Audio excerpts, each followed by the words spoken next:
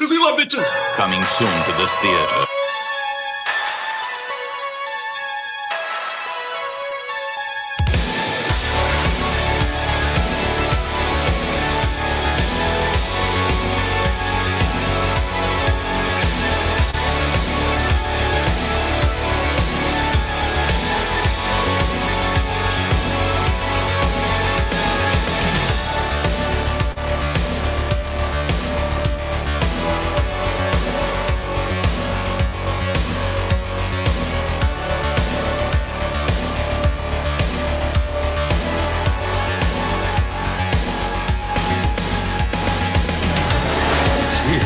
It's alive.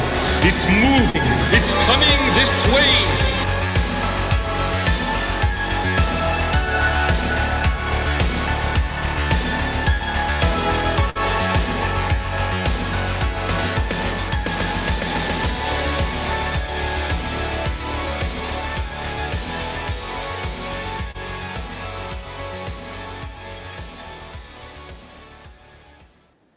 What is up, everybody? Welcome to this special Thanksgiving edition of the Horror Movie Club. The club where, what do? We watch horror movies, of course.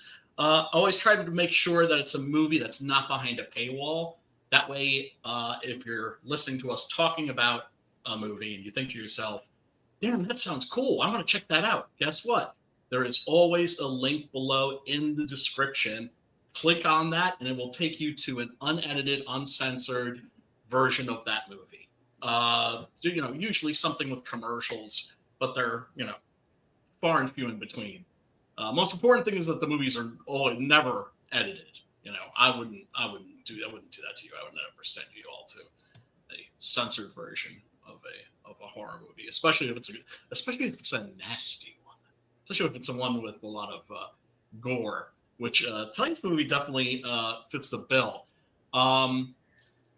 There hasn't been a lot of Thanksgiving horror movies.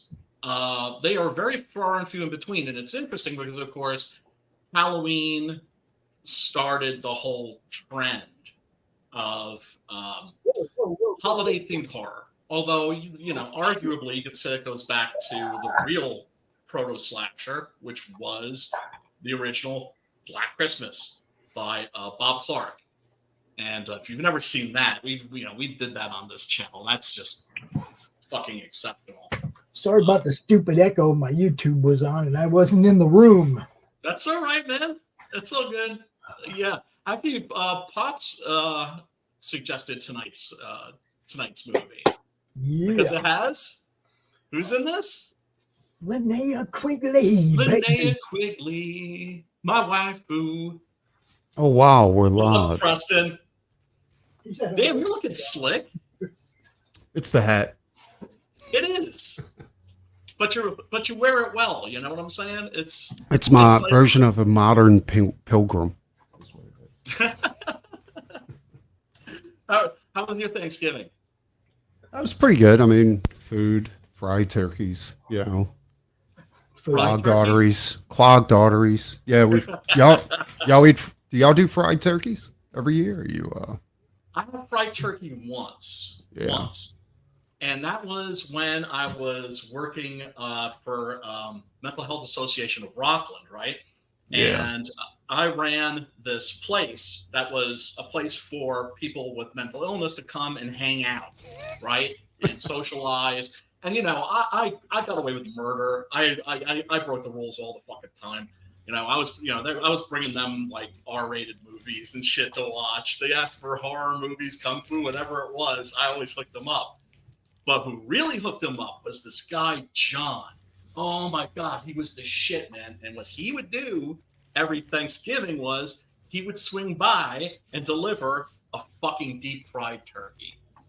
Mm-hmm. And for these people, right? So he's I can't eat a regular turkey after having fried turkeys. Well, I can't. Dry as fuck. It's delicious. Look, you're gonna deep fry a boot and it's gonna be good, right? It's and that exactly what you just said. Like they're not dry. Like there's no way you can have a deep fried like dry turkey. It's impossible. I tried some and it was like all crispy and juicy and shit. because I had to try at least just a little bit. But yeah, Be careful because once you know, taste ambrosia, oh, yeah, man.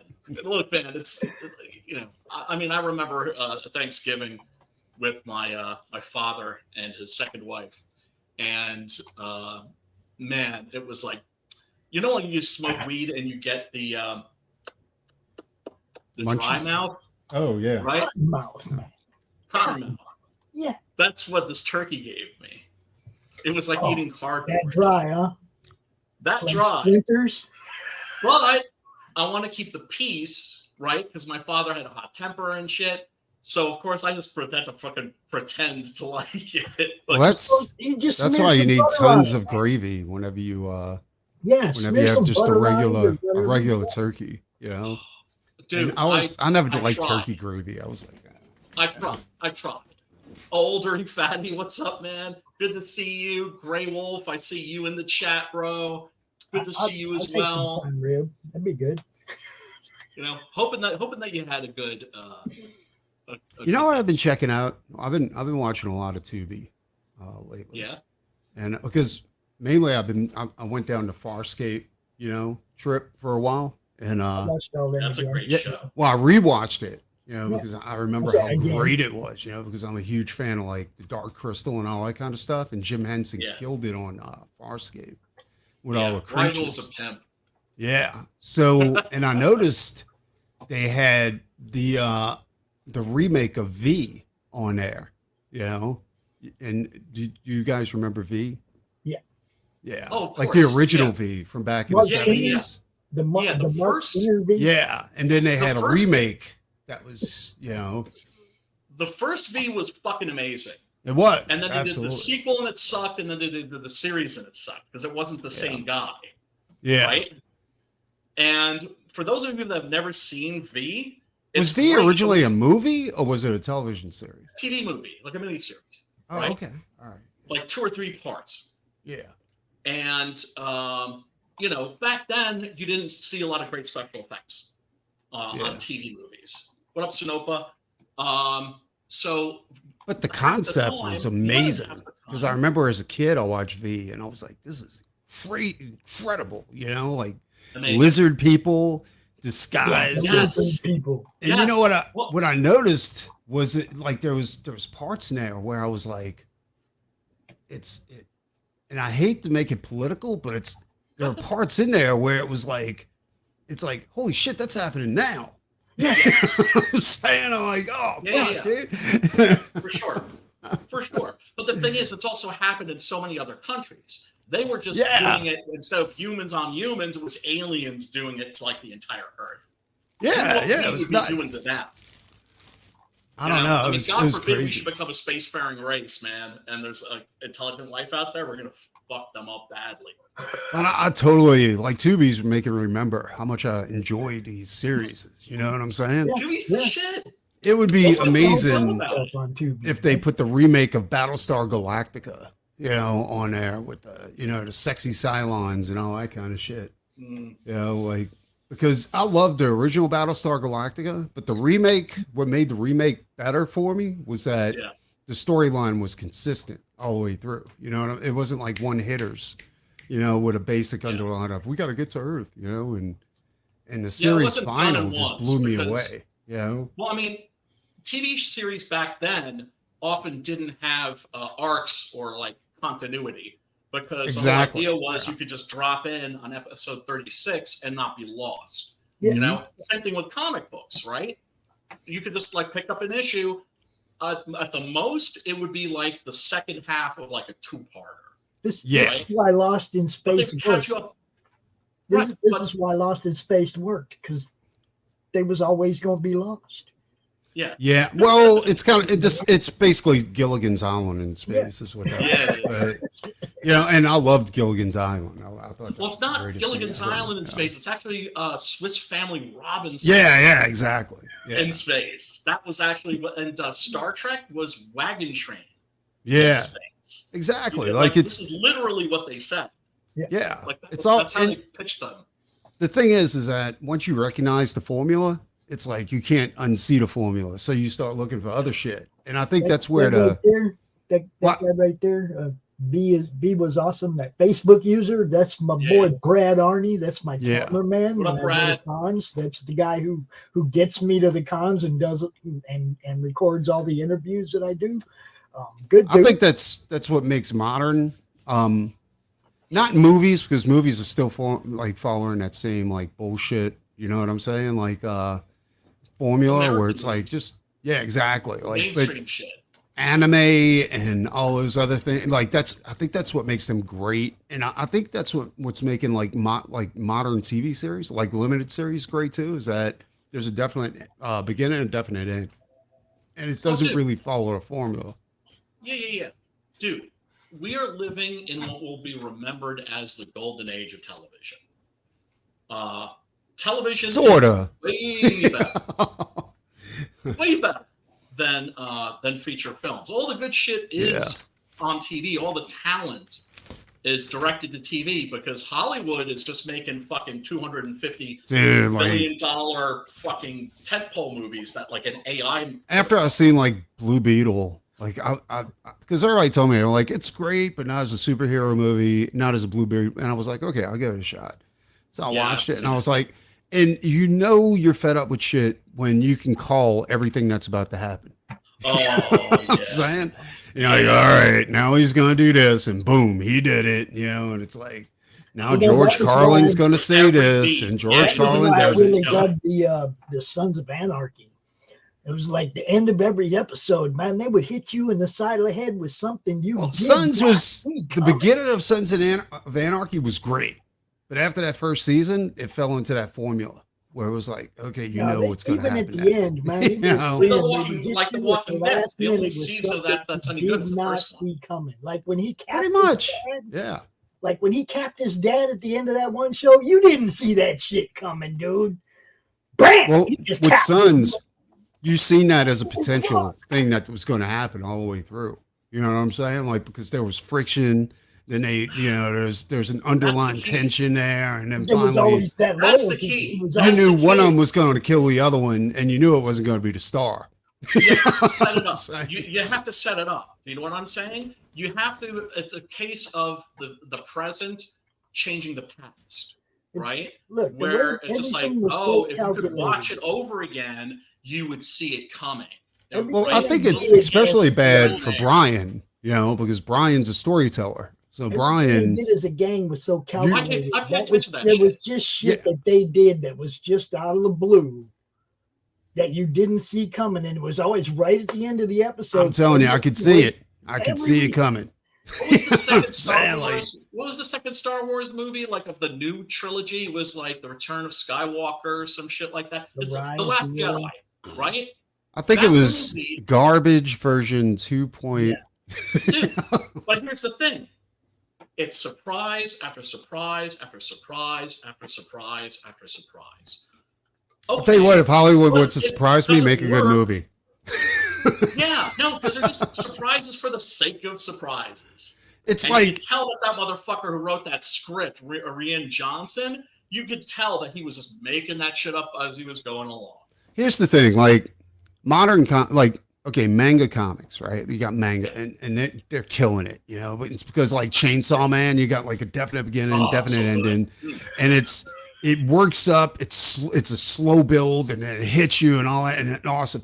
The way modern comics tries to compensate for that is have epic cataclysm after epic cataclysm after epic cataclysm until you're numb to it the whole time, because in their minds, their creativity is so stagnant that that's as far as they can see as far as like epic storytelling. You know what I'm saying? But I think that's the suits that are making that decision, right? Now, something like Civil War, that was an awesome event, right? Yeah. But they should have an event maybe every 2 years. That's what I'm saying. Exactly. That's the way Infinity Crisis was structured. The Cosmic Cube, all that. It was not like, hey, we're going to have the Cosmic Cube, and then right after we're finished with that, Infinity Crisis. It was not like that. You know what I'm saying? Like Cosmic Cube was in the 70s, and then Infinity Crisis was in, I want to say, early 90s. Am I right about that? or Yes. I got most all that stuff. So No. Well, Infinity Crusade, Infinity, all of it. Yeah. Those Final All of it. Crisis, of course. That was all like the build up. They used. oh, that Final as, like, Crisis was the most epic thing ever, right? Yeah, it was you know, fucking Grant Morrison. Like, I mean, that guy's just a genius. But He's like then one of those dudes I look at and just like. But then DC lost their fucking minds, and then they started restarting the universe every 3 months. Right. Like, Just number one, release a bunch of number ones, then cancel all of them, and release another bunch of number every ones. fucking 10 months. It would even. It's not like it would even be a year, right? I know. That's why I stopped messing with DC, Comics because it was like there's no history at that point. You know what I'm saying? Like, you're hitting the reset button again and again and again and again. Exactly. And you know why they do that? They do that to try to court the manga audience, right? Honestly, I think it's more basic than that. I think it was like, I think The it's because they artists more knew. like manga now. Well, no, I think it's because they knew number one issues sold better than number twos, and so they figured restart the whole universe, and then we can start out with all new number ones. See, And everybody's going to buy it because collectors are Marvel's been doing idiots. that too. You forever. know? You know, I think that Marvel was part did of it it. too with the Heroes Reborn and all the other dumb shit where they brought Peter Parker back, but in the 90s, and Aunt May and Uncle Ben are giving him a computer instead here's the of a thing. notebook, right, for school, and it's like Heroes Reborn was a one-time thing, but what made Marvel stupider than any other company out there was that when they seen Captain Marvel failing, they decided to restart the whole series. You know what I'm saying? I'm telling you, the manga audience is a thing. I'm saying that because, like, I know millennials, right? Mm-hmm. And so I would tell them, like, they knew that I'm like a comics creator, had never read an American comic in their lives, right? And one of the reasons is because it's just like, well, when I go to get my manga, it's like 1, 2, 3, all the way to 12 or 24 or whatever, right? And wait, Thor issue like 348? How am I supposed to get into that? I'm not going to understand what's going on because I haven't read the previous 348 issues. Well, here's the thing with that. Like, there was the reason why Walter Simonson's run on Thor was so successful is because back then Thor Marvel would hand the reins over to a creator and not be like, we're going to have a committee meeting and we're going to decide how the next 6 issues of Thor be written. Oh yeah, and by the way, we have to make Nick Fury black now because he's black in the movies, and because people are watching the movies and then they pick up the comic, they're going to look at Nick Fury and be like, "That's not Nick Fury." This is the thinking. But I think it's worse than that because while the movies are out of Iron Man, they had the chick Iron Man in the series. You know what I'm saying? So why change Nick Fury to match the movies when you're not going to keep the main character in the series consistent with the movie that's currently out of Iron Man? I mean, look, we all know that was the death of the comic book industry, right? They weren't going to get new readers from the Marvel movies. They weren't, right? Very, very few. Yeah. What they were going to get back were the old fans because you'd have them guys our age, going to the movies, haven't read a comic in like 20 years, love the shit out of Iron Man, Captain America, Winter Soldier, like one of the best superhero movies ever. And then you think, gee, let me see what Cap's up to. Wait, Cap's like a black dude? The Falcon now? Right? And now I've always said, check out Iron Man and like let's see what Tony Stark is up to. That dude's a exactly, yeah. Opens the book and it's like Riri Williams, right? And straight down the line. But yet they make the opportunity that they ever had, and now they're fucking paying for it, and nobody will accept accountability for it. Well, and there's another thing too, and I think there's something you're overlooking is that all of the successful Marvel movies were based on scripts, like books, storylines that were written in the 70s, 80s, and 90s. Well, also with the exception of Civil War. Like you read The Ultimates by Mark Millar, which was like the what's the other universe called? Not the new universe, the Jim Shooter thing. Ultimate the Ultimate Universe. Universe, right? So it was like Ultimate Avengers, which is what they should have called it, right? Yeah. And the movies are clearly using that as the fucking not all the way though, because for phase one. Right? Well, no, Ultimate Thor wasn't in Ultimate Avengers. No, I know that disappointed me too. Ultimate Iron Man wasn't in Ultimate Avengers because in the Ultimate universe, Iron Man was a teenager. You know what I'm saying? And right. Yeah. I mean, if you think about it, like it's not based on that. It's what I'm saying is basically that comic was Mark Millar saying, if there were an Avengers movie, what might that be like?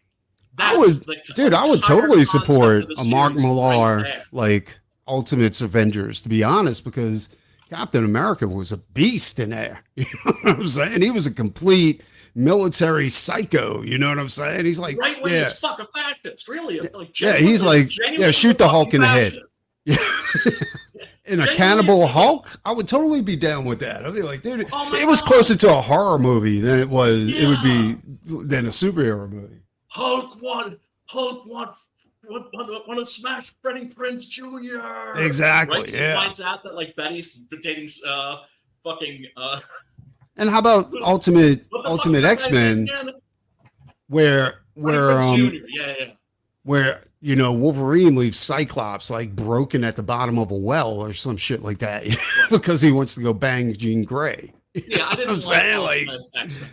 I didn't like it either because it really like rocked it. Yeah, no, I think that's garbage because that was also by Mark Millar. I think he fucking swung out with that one, but with the Ultimate Avengers, he fucking killed it. I dug Ultimate Thor, to be quite honest. I thought that was pretty badass. I liked Ultimate Thor. Dude, fucking like... He was a beast. Hippie Thor coming down to Earth and partying with his believers, like Nordic pagan peeps, right? Well, in the Ultimates... Stopping, like, whaling ships? Thor was reborn in human form. So he was actually human, and I think Hemdall was a scientist that recruited him for the Thor program. You know what I'm saying? Like, that was Loki that was making him think that. Exactly. Yeah. No, well, but he was actually human. He wasn't. Maybe that's the truth.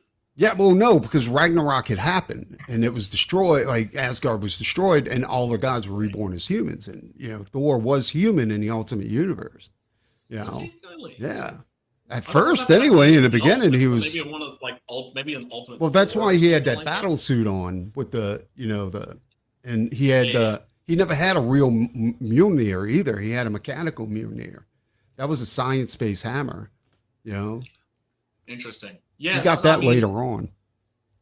Right. Whereas, like in the original Ultimate series, like it turns out that he's actually Captain Norway.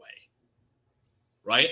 That he was like the product of a Norwegian super soldier experiment. Yeah. And then of course it all turned out to be fucking Loki. And it's like, no, he's not a regular guy. He is the god of thunder. Well, I also like that.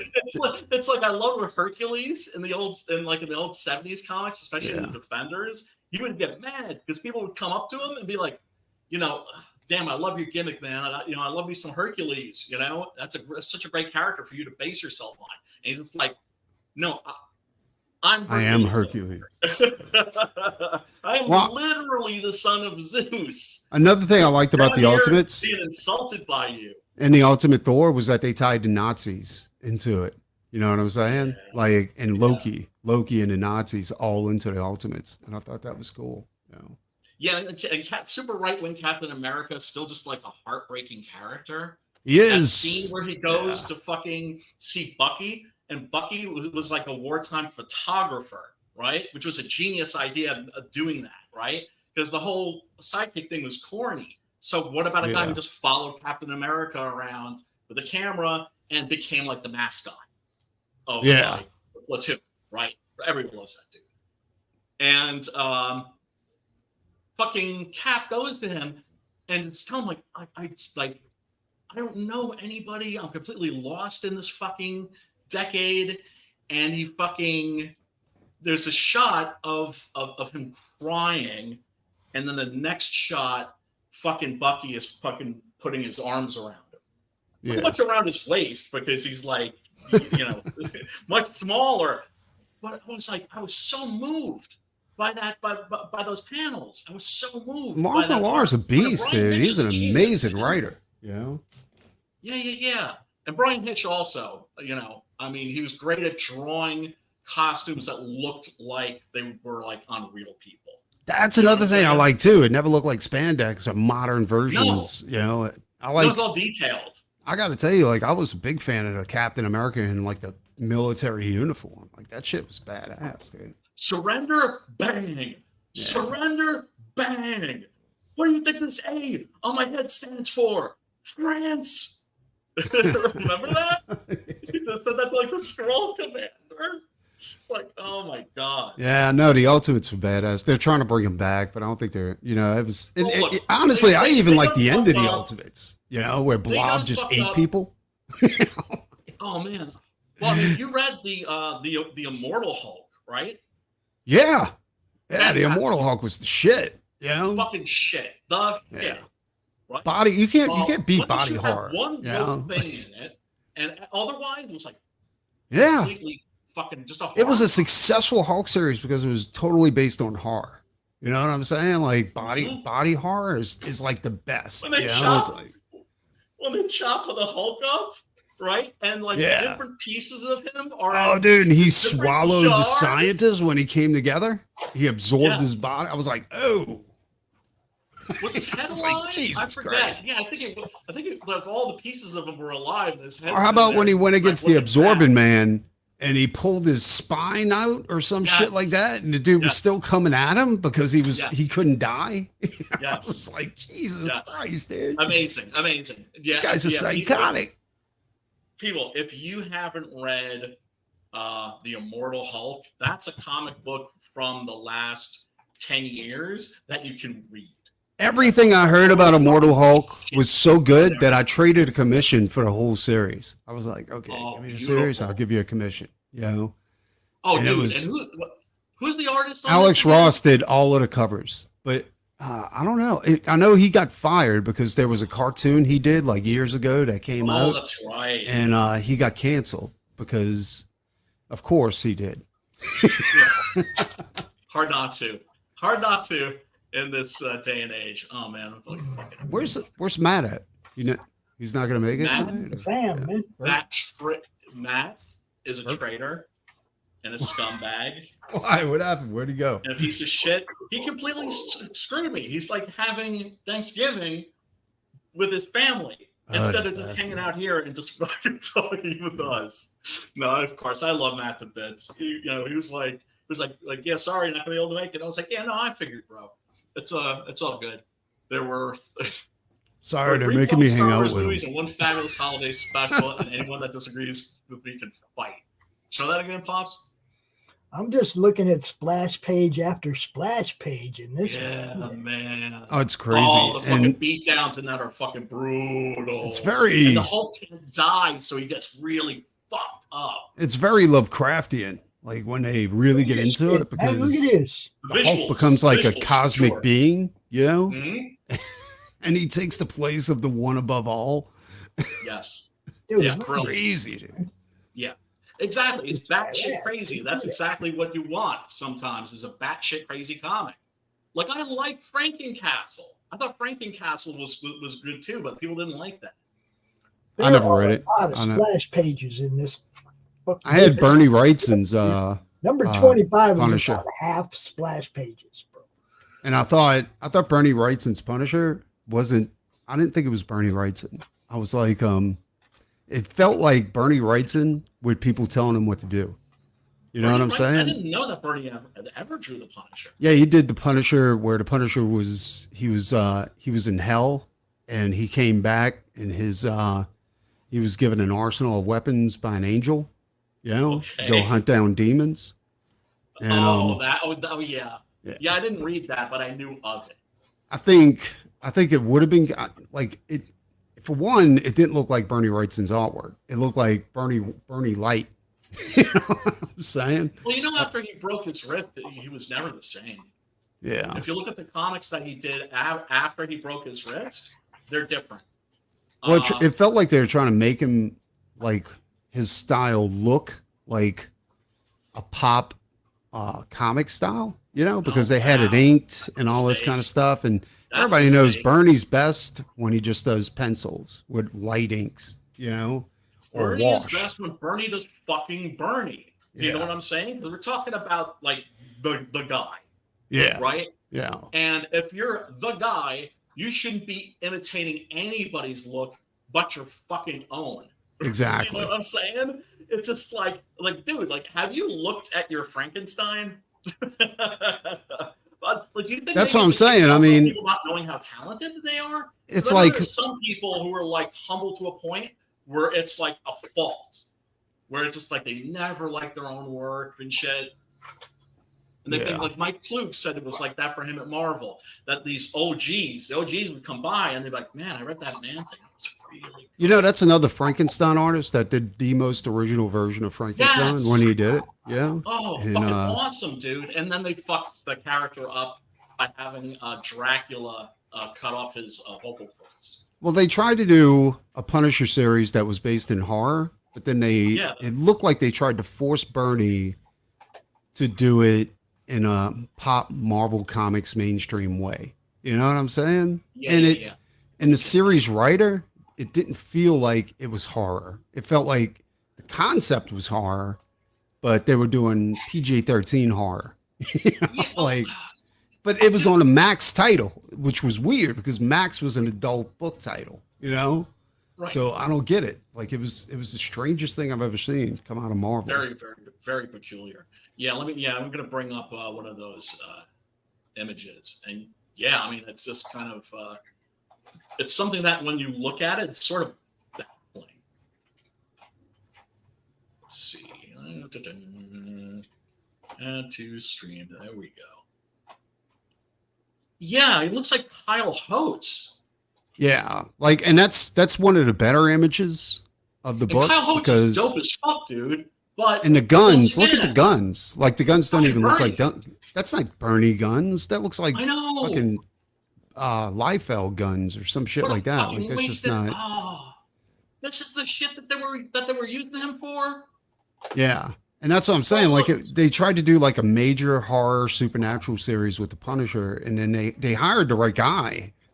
They just, you can't do that by committee. You got to let him do his work, you know, and let the writer do his work too.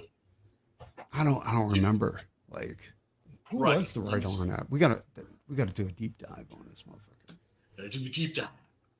Yeah, I mean, because there have been so many comics I've missed. I think that a lot of people have missed because we've been gone since, everything collapsed like 10 years ago. And, I'm looking at some of these covers. The covers look kind of cool. Yeah, that's the only thing cool about it. I haven't heard of this fellow. Sniegoski. Thomas Sniegoski. Yeah, I have no idea who that is, or if he's any good. He's a guy who Bone is one of his comics. Yeah, and I love Bone, but why would you get the guy who does Bone to do the fucking Punisher? That's kind of weird. I don't know, man. I know, that's what I'm saying. Like it was like, we're gonna do this awesome. Like it was under Marvel Knights, not Marvel Max. I'm sorry. And it was, it's just the weirdest thing, I mean, Marvel Knights was, again, an adult type of title.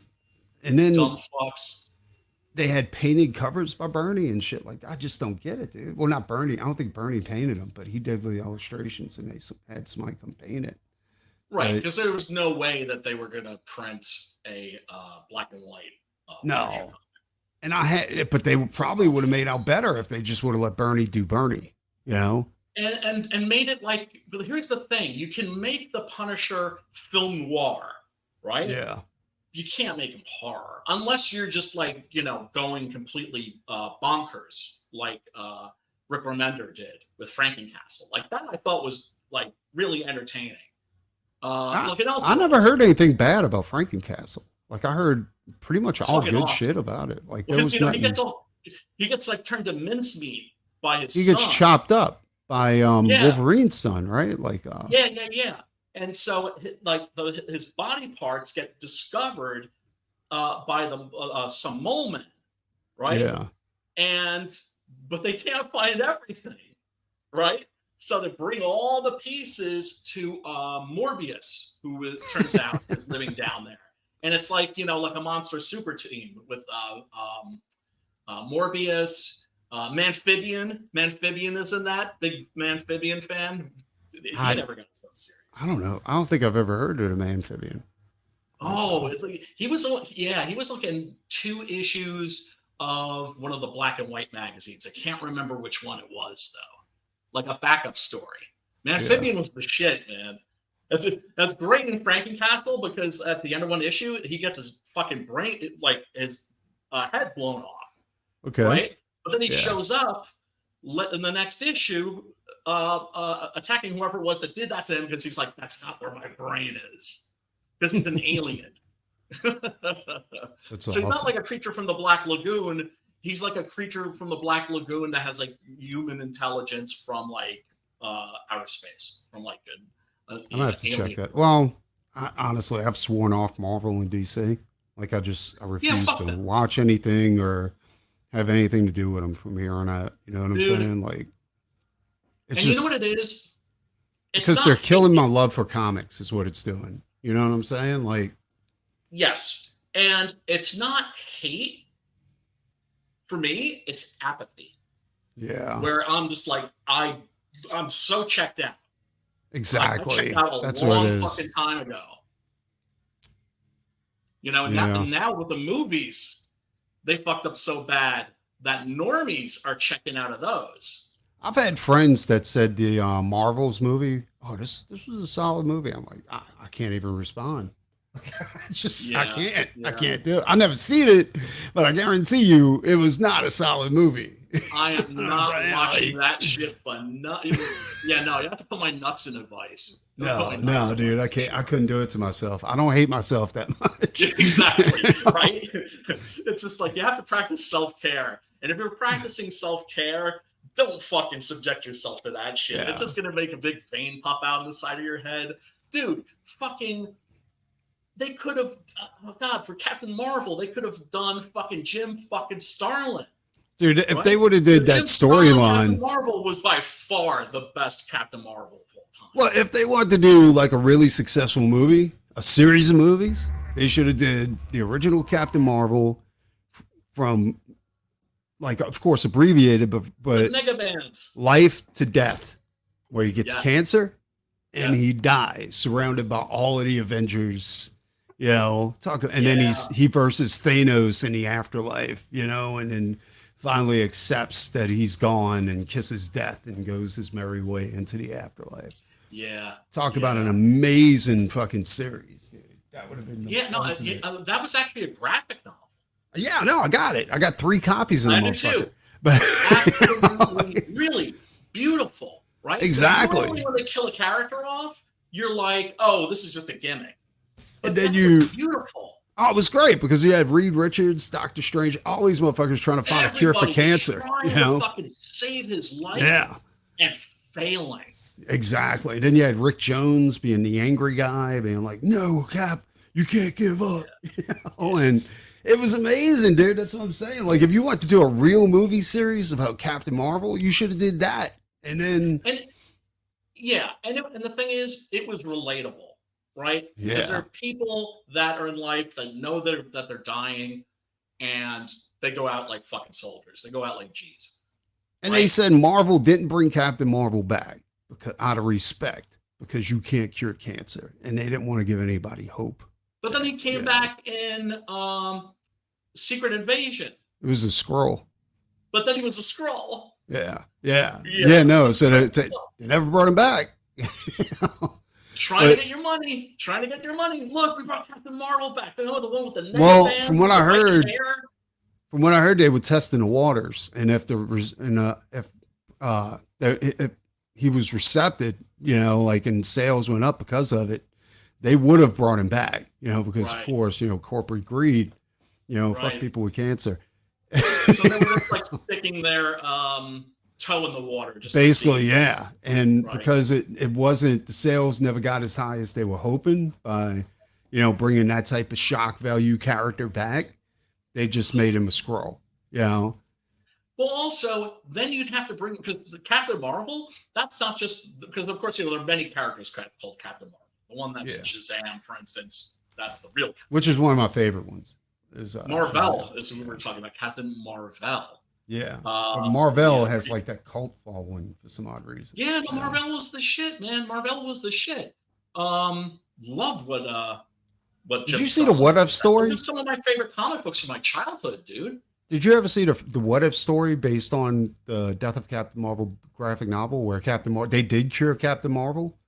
No. And then he became like a plague, and everywhere he went, he spread like a cancerous disease to everybody. Oh, wow. And then at the end, he brought world peace because, you know, it's Captain Marvel, but at the same time, there was this mysterious disease that was acting like cancer that was killing people. Oh. And it so was because basically spreading a plague of cancer. Exactly. Yeah. And oh my God. So at the end of the book, like, they finally realized, like, we can't cure it because it's not supposed to be here, you know. It's like, it's because Captain Marvel wasn't supposed to live, you know.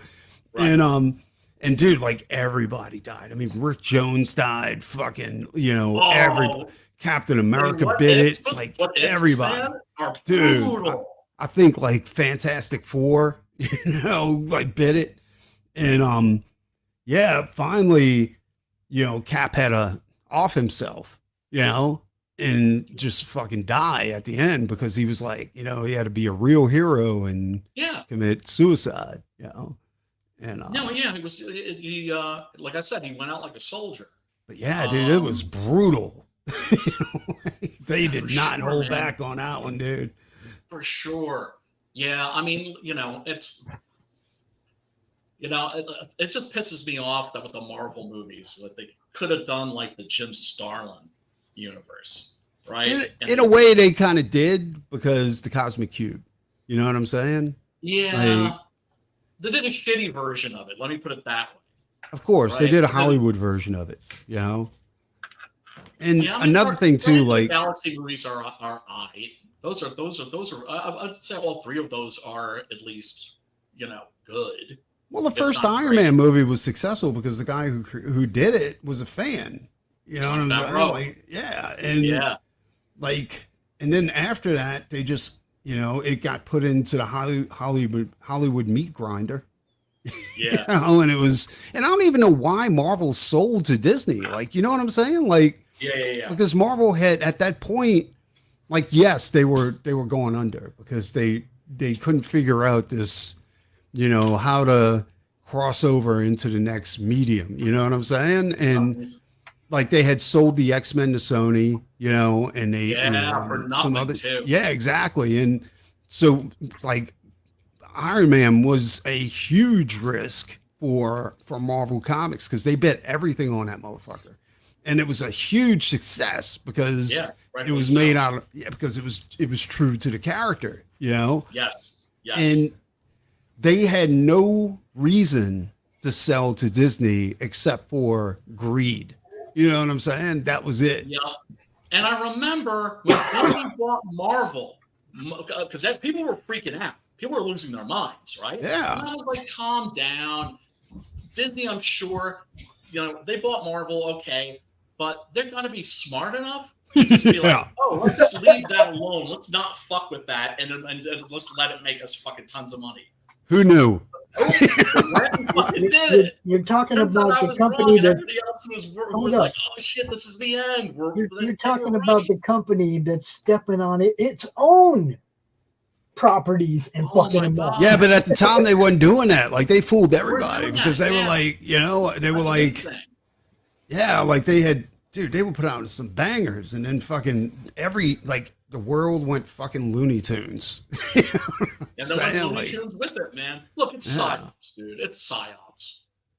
You know, it's all the CIA is all up in the fucking Marvel movies. No fucking doubt, right? Because we know for a fact there's an Operation Paperclip, right? This started in the 1970s, like after Watergate. They were like, you know what? We need to control the media, right? And so they do. But also, when you have something like, they actually get final script approval from the CIA. This is a fact. You can go look this shit up, right? I'm not making this shit up. This is not a conspiracy theory. This is conspiracy fact. In the end credits of WandaVision, they actually thank the CIA. What? Are you serious? Yes. Get the fuck out of here. I had no idea. So they're not even, that's what I'm saying. It's like, I mentioned this and people were like, oh, that's a conspiracy theory. I'm like, they're not even hiding it. Yeah. It's right there. They're doing it right in our faces.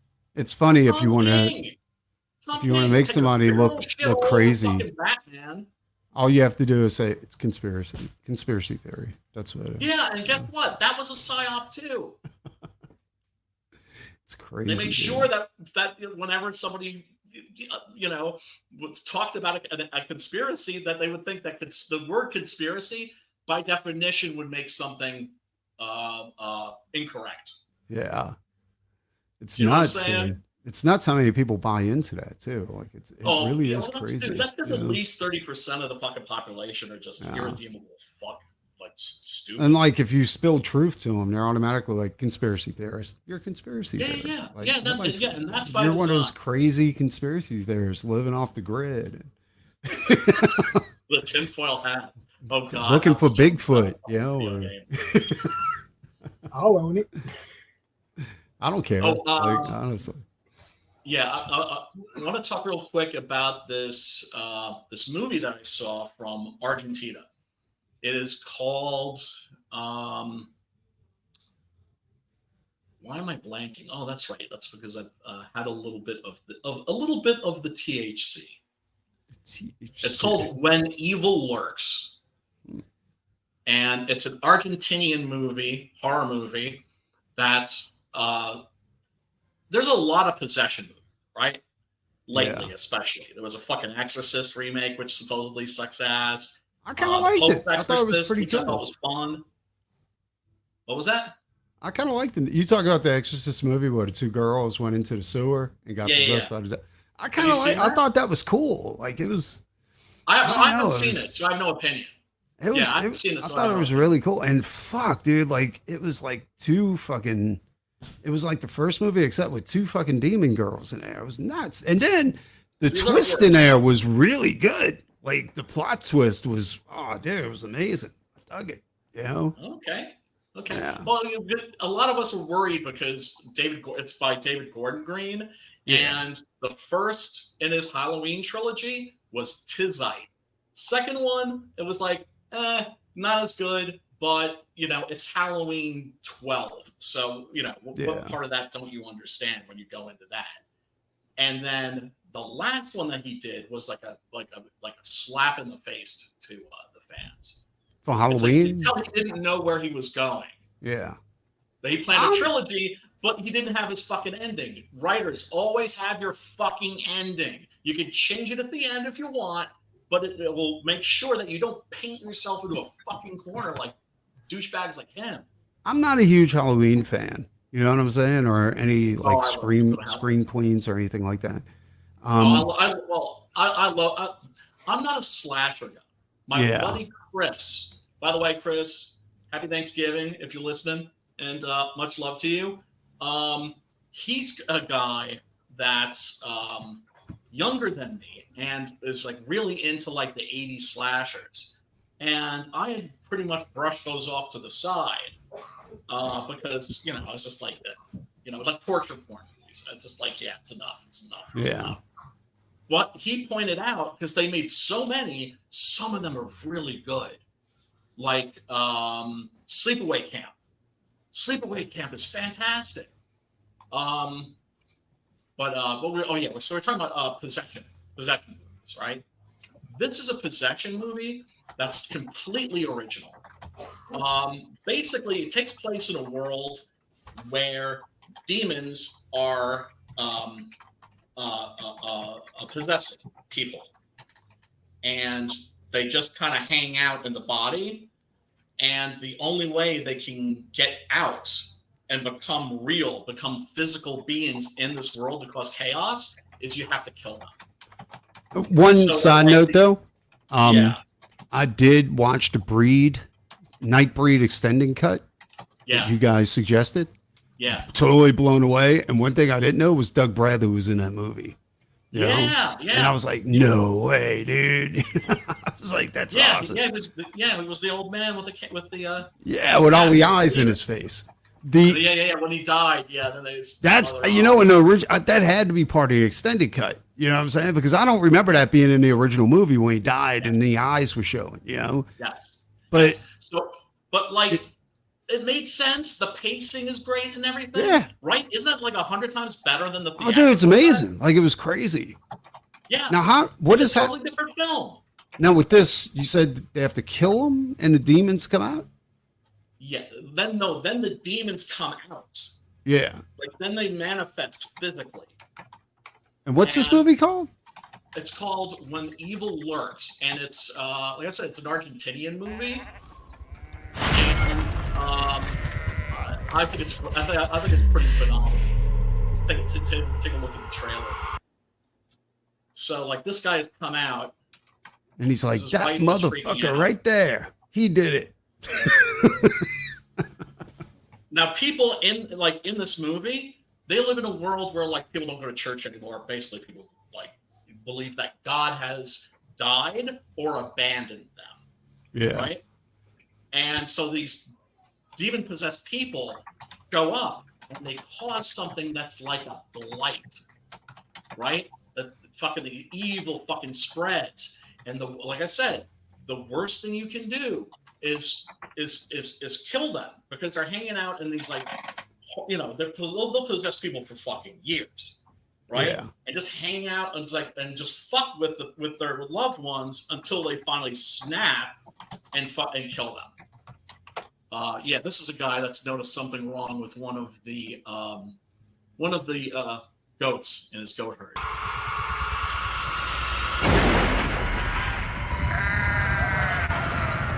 Right, so he blasts the shotgun, and all the goats leave, except for that one. Oh shit!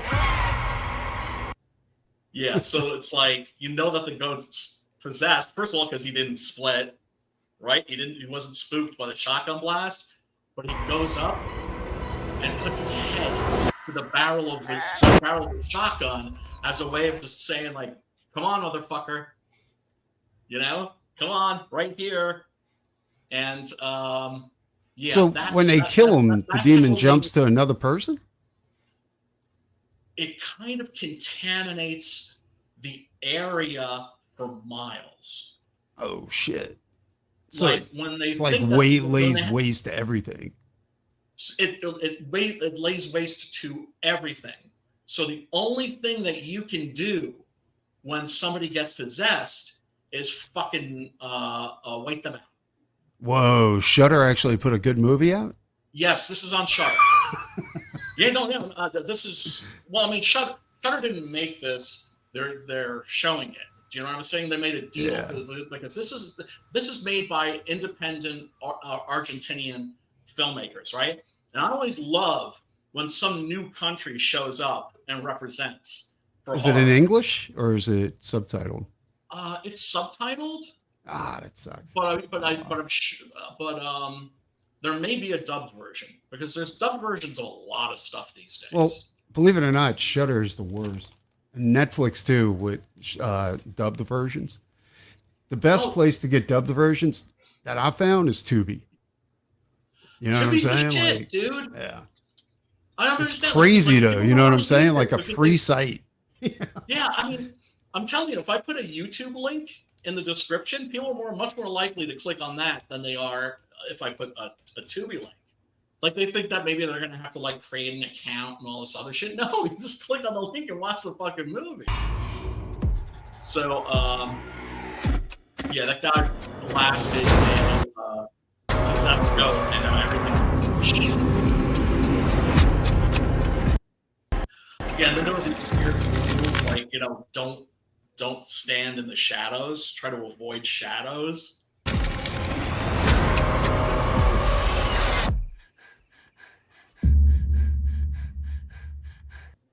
Yeah, like there's this guy that's that been dude doesn't look possessed nothing for- like Linnea Quigley. I'm just saying. Oh no, we're gonna get to that. We're gonna get to tonight's movie. I know we've been rambling, but yeah, it's like there's this guy in town, and he is ripe. He's just because I mean, the special effects in this are vile, like Lucio Fulci level. Like they're possessed are just disgusting. They're all bloated and fucking, pustules everywhere. They're just gross. And so there's one in the town, and they basically think he's about, he might kick it. But they can't kill him. So they just like wrap his body up and transport it, drive a few miles away, and just dump him. It's like I said, it's a completely original.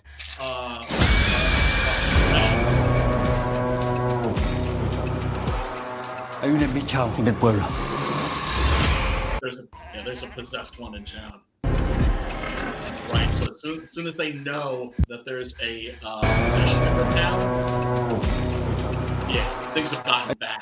Hay un embichado en el pueblo. Because evidently, the cities were the first to go. And oh shit! So this is apocalyptic. Spreading out into the more rural areas. Estás asustando a mi familia. ¡Lo vi con mis propios ojos! ¡Estuve con él! Esto va a ser un infierno. This will turn into hell. No! Yeah, and of course, a demon can possess you at any time. Yeah, there's no dub version. I'm sure there will be. That's Hopefully, yeah. Because it's fucked up that like you and other people that have dyslexia can't watch movies with subtitles. I can read subtitle. I did it with Pan's Labyrinth, just that I got to pause it because it takes me so long to read the shit. Yeah, that's no way to Tenemos que watch. encontrar a la bestia. Antes de que Don't be nazca. telling people I can't read, Brian.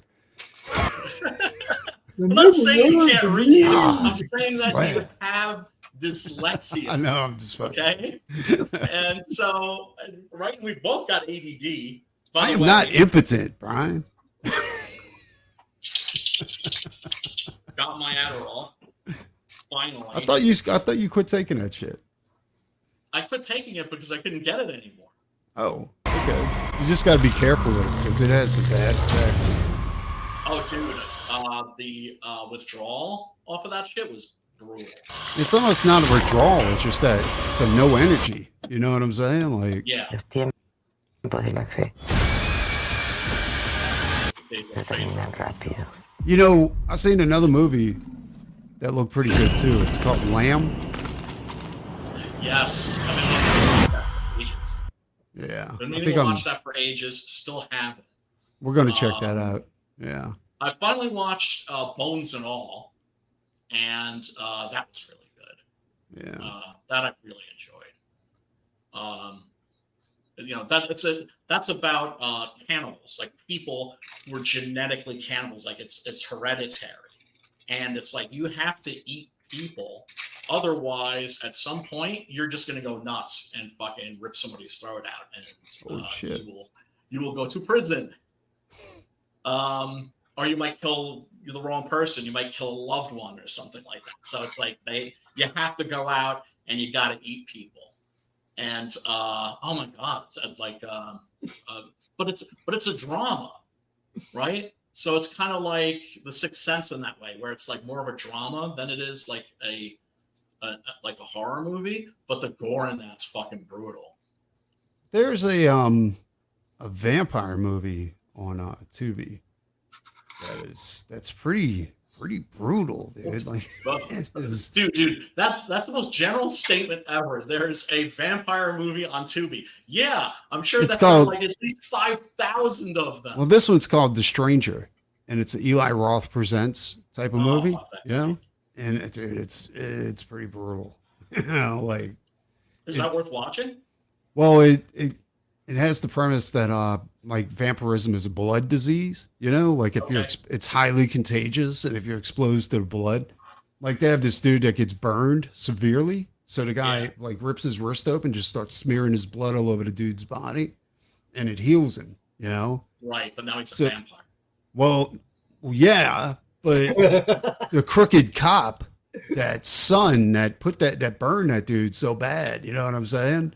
Well, the vampire beat his ass and like tore his ass up and set him on fire.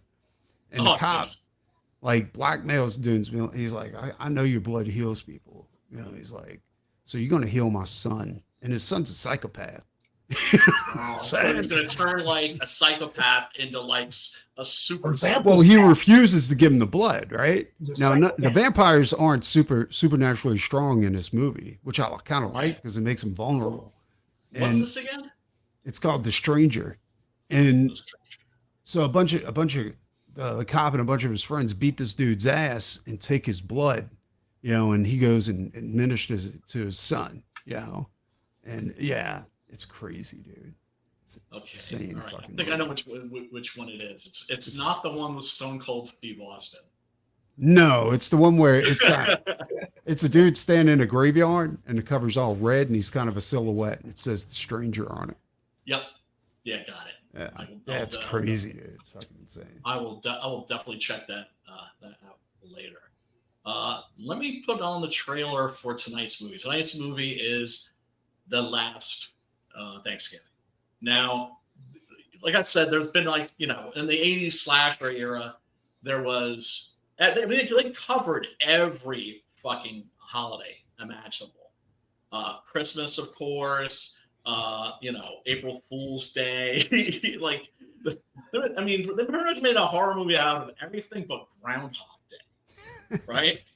And Thanksgiving. I think we only found a few. Right? I got to be honest. I was hoping you would have picked the other one where it said "gobble gobble, motherfucker." Yeah, no, that looks cool too. Thanksgiving. We ended up watching this one because we were like, I mean, I was like, well, shit, it's like an hour, 17 minutes. That's not like a big commitment, right? And that's one of the things I like about the movie is the fact that it doesn't wear out its welcome. You know, these days, look, fucking, I love Terrifier 2, but there was no reason to make that thing like 2.5 hours. Dude, like you guys turned me on to Terrifier and I watched it. Me and my wife watched it. Oh, the fucking villain in that movie is so cool. Like I love he's not just a clown, he's a mime. You know what I'm saying? And the mime part of it, he's like an evil mime because he's like, yeah. Well, because he's always pantomiming. Exactly. Yeah. And I'm like, and oh, dude, but the most brutal part was when he had that chick hanging upside down. You know? I'm not even gonna say it because it's too brutal. Yeah. And you could say he's getting into it. He's like, yeah, man. Yeah, man. Terrifier 3 is going to be a Christmas horror movie. That's coming out this December, dude. That's getting a theatrical release. Like Art the Clown is like a force to be reckoned with. Dude, it's like these super low budget movies. Like we watched that movie, Frankenstein versus the Mummy. That was amazing. Yeah. And I was like, they had you could tell they had no fucking money. And they made like they pulled it off, movie. Dude. That's called talent. You know? That's called talent. Doesn't matter how much money you got. Like it ain't gonna pull a good movie. You know, you need talent. No. I said that dude a friend request on Facebook. He hasn't replied, and on Instagram, all those places. I hope he replies because I want to message him. Yeah. Damian Leone. Oh, that'd be great if we could get him on this stream. Yeah, he's gonna be a very busy boy. I hope he's getting like the Terrifier series done. I mean, Art the Clown will have to come back at some point, right? but he doesn't have to be making those movies because I want to see something else by him. Yeah, because I think he's maybe one of our, hopes for horror. Because it's like you look at this at this era that we're in. Where's the Romero? Where's the Cronenberg? Where's the Toby Hooper? Where's the John Carpenter? Right? I want to see him do more classic monsters. Like he did such a good job with Frankenstein and the Mummy. Like I just want to see more. Yes. Of that. You know what I'm saying? Yes. Like, yeah. And of course he does his own special effects. Yeah. Which is the which brutality really in that was just crazy, dude. I mean, that was so metal. Yeah. You know? Super metal. And and like I said, I love Terrifier 2. Like I think that's a terrific movie. But it's like not everything has to be the good, the bad, and the ugly. Not everything has to be fucking Lawrence of Arabia.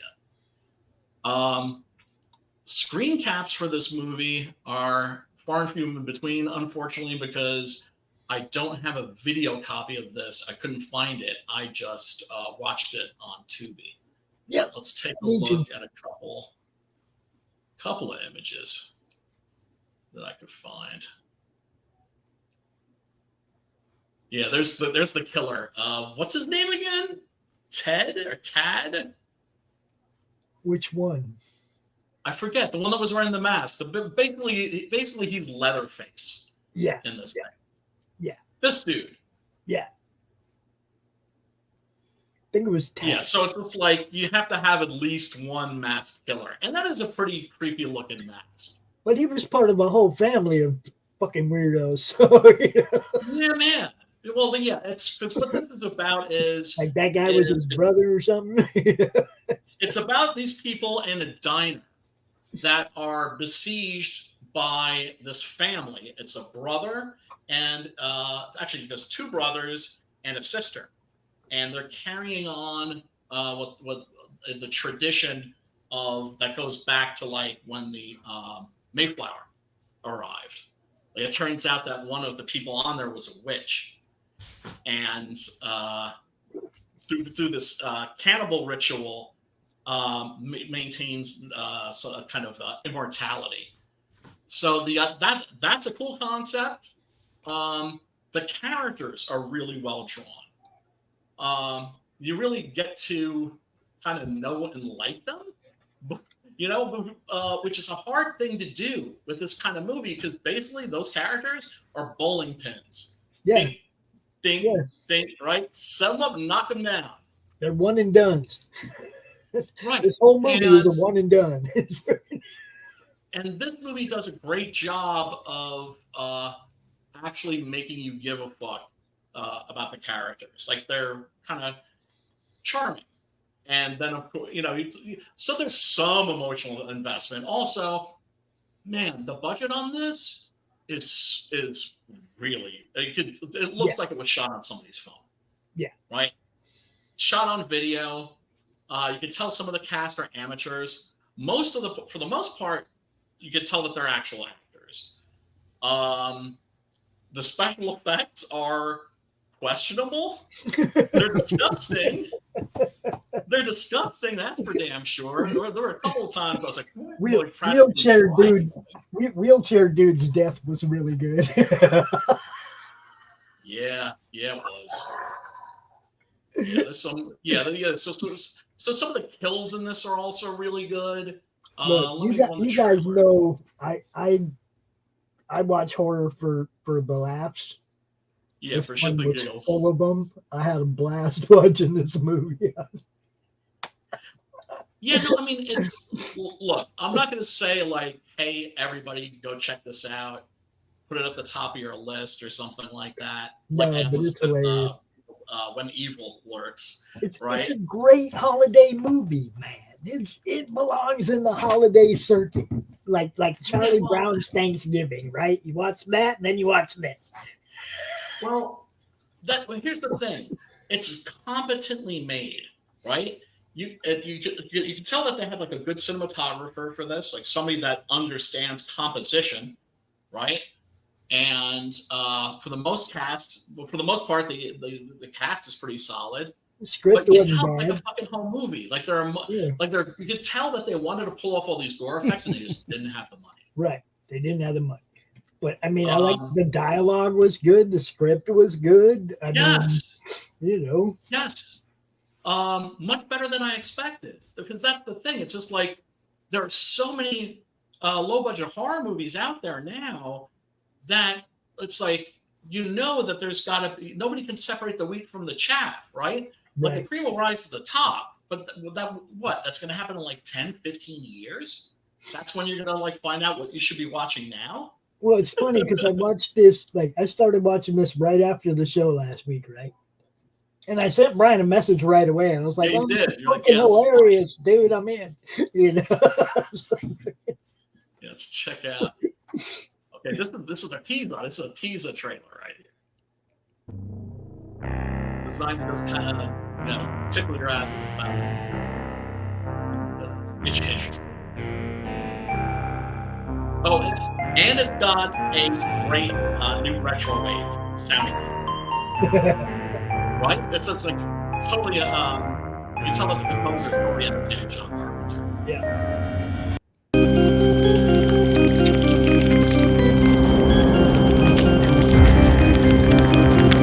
Watch it. It's like the turkey's glowing from inside. It's acting like Oh, it's a birthday.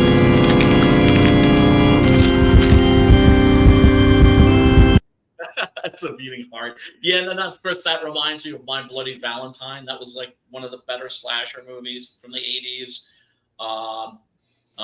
Just Terror Train is a very good horror movie, also from that slasher period. So there are good ones out there, and I understand why people have an affection for them. I don't necessarily share that same affection, or at least, like, I mean, like, since getting to know my friend Chris, it's just like, okay, I've taken a look at a lot. I've seen them all now, right? I've seen just about every 80s slasher. And it's like certain ones, like Friday the 13th Part 4, that's like the best Friday the 13th movie. It's just, which, originally I was just like, eh. Yeah, well, see, by the time you get to number 4, I'd lost interest. Yeah, no, I mean, that wasn't it. I just wasn't. I still into like it. Jason X.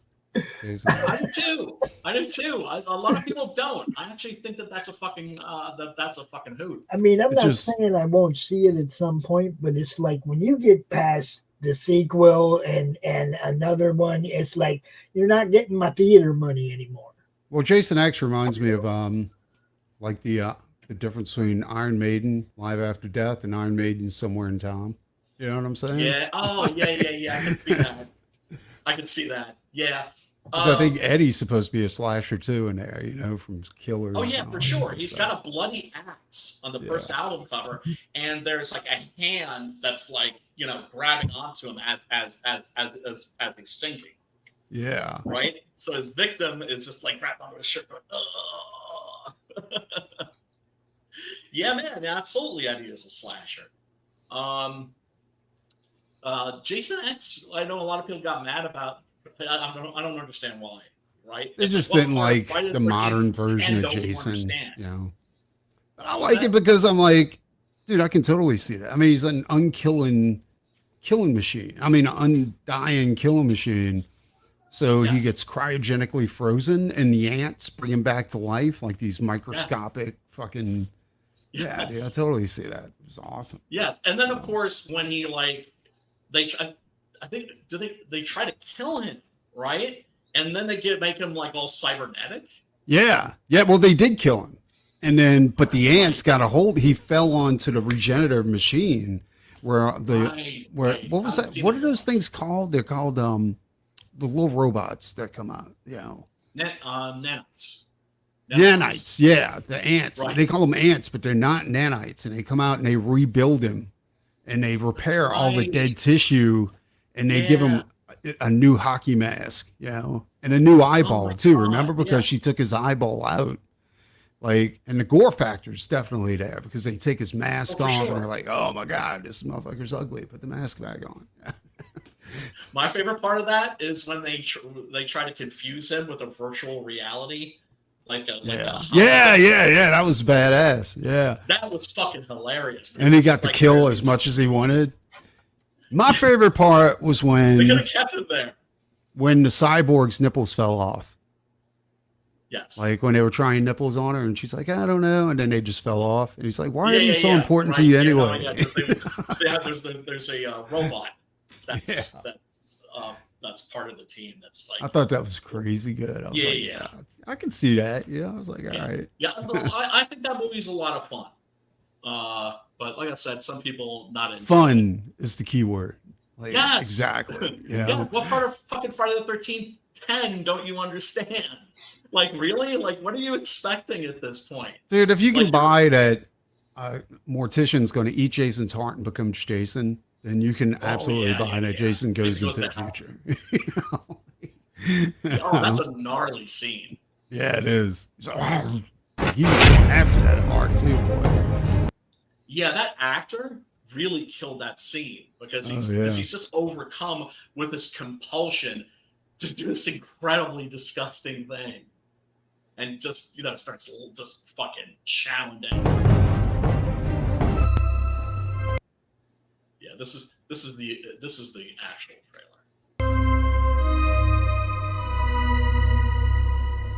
Remember what I said about the John Carpenter synth?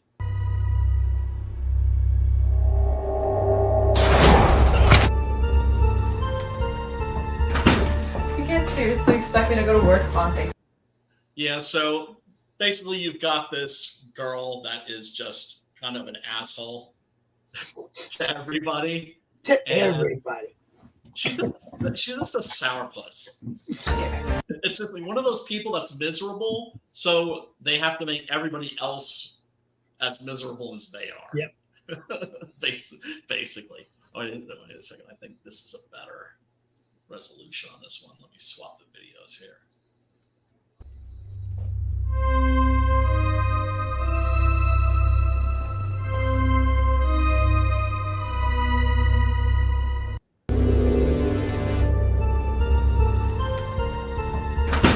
You can't seriously expect me to go to work on Thanksgiving. No other paying customers come. Right. So basically, like I said, it's basically about a siege on a diner. Yeah. Well, that's opened on Thanksgiving, and these people take Thanksgiving very serious, so they kill and try to kill and cannibalize. Through the door, then you can all go after we tidy up. Are you open? And there's Linnea quick. There's our girl. She's still cute. There's our girl. She's still cute at 70 years old. Yeah. Yeah. Ew. This is, I mean, I'm 60, God, man. Preston. I'm 60. It's okay. Right. It does, but doesn't it bum you out when you're like, this is the chick that danced naked, except for stockings, on top of a tomb in Return of the Living Dead? I know. That's her? How? Yes. Holy That's shit. her. Yeah, that's trash. That's our girl, Linnea Quigley. That's what we're talking about. Linnea Quigley is... Shit, we just watched that movie the other night, too. God damn. Linnea Quigley is like one of the undisputed queens of the Screen field. Queen. Screen Queen. And what I always liked about her, she's in, it is actually Friday the 13th 4. She's in Creepazoids, The mall one. Sorority, The mall, the one in the Sorority mall, Girls, I that's a can't remember slime, the name. Bolorama, and like a billion other movies that whose titles I can't even think of. A lot of them are trash, not worth watching, but she was always worth watching. Yes. And it was her, Brinky Stevens, right? And there was a third one too, right? Where basically you rented the movie, you were going to see them naked. Like there weren't like you were gonna get at least boobs, maybe some bush. Okay, but we're not going to see that in this movie, are we? No. She's 70. She's got. They're not going to do Not her hers like anyway. that. They're not going to do her like that. One about an outdated, hypocritical You might see appropriation her. class. but not her. Like, because she wants everybody when they think of her to think of that nubile young woman dancing on top of that tomb with those perfect. She was so punk. Cheeks. You know what I'm saying? Like super punk.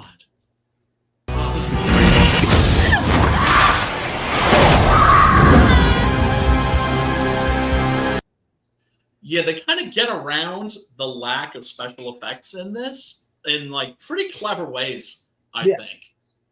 Right? Where you can tell it's like, no, they did not have this effect for this person's face being set on fire. So instead, right as it's about to happen, they cut to like what's known as a wheel-to-wheel shot. They cut to like fire in a pan. Oh yeah, they also are into this family's also into traps. They're very into traps. Yeah. What are you gonna do with that? This is a direct reference to Zombie right here.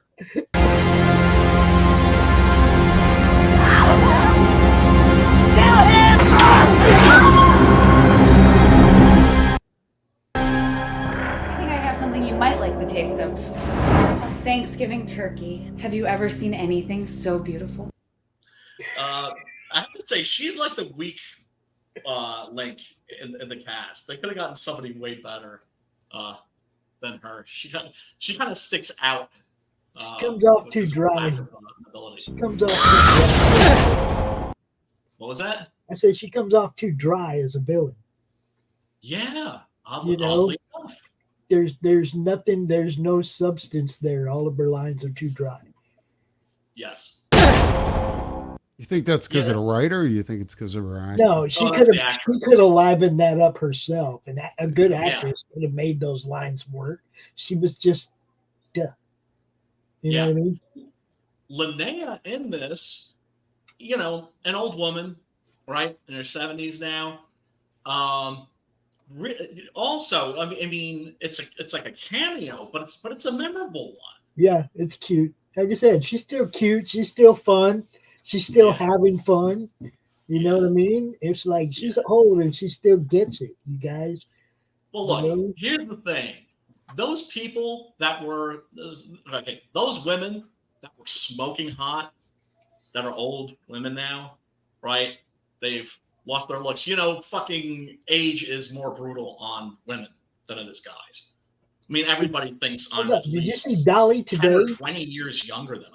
Did you see Dolly Parton today? 77 years old, up on stage at the fucking Cowboys game, singing. And she did some Queen. She did "We Will Rock You." And shit. Well, everybody knows like the Fountain of Youth is green with little Benjamins all over it. Right. Yeah, Botox and all that shit. I know way too many dead rich people that didn't make it to 77, bro. Right. She's out there still doing it, though. She was up on stage, and they had a thing she could, like, hold on to while she was trying to shake her 77-year-old butt. Yeah. But she was still up there doing it, dude. That's what I mean. It's like, Well, she upset. This is more music. This is about the music industry anyway, as far as guitars. Because I follow a lot of guitar reviewers and stuff like that. And Dolly Parton is into his axes. Well, she savaged the industry when she went out there with a guitar that was under $100 and played a full concert on it. And people swarmed to that fucking axe. That company made that company $1 million. Nothing wrong with that. That's awesome. Nothing wrong with that at all, man. That's what I'm saying. Yeah. So there are these chicks that were like smoking hot back in the day. They're not smoking hot anymore, but you still got to give them love and you still got to give them respect, right? How dare you? That is ageism. She was, but look, Linnea in this movie, she was still cute.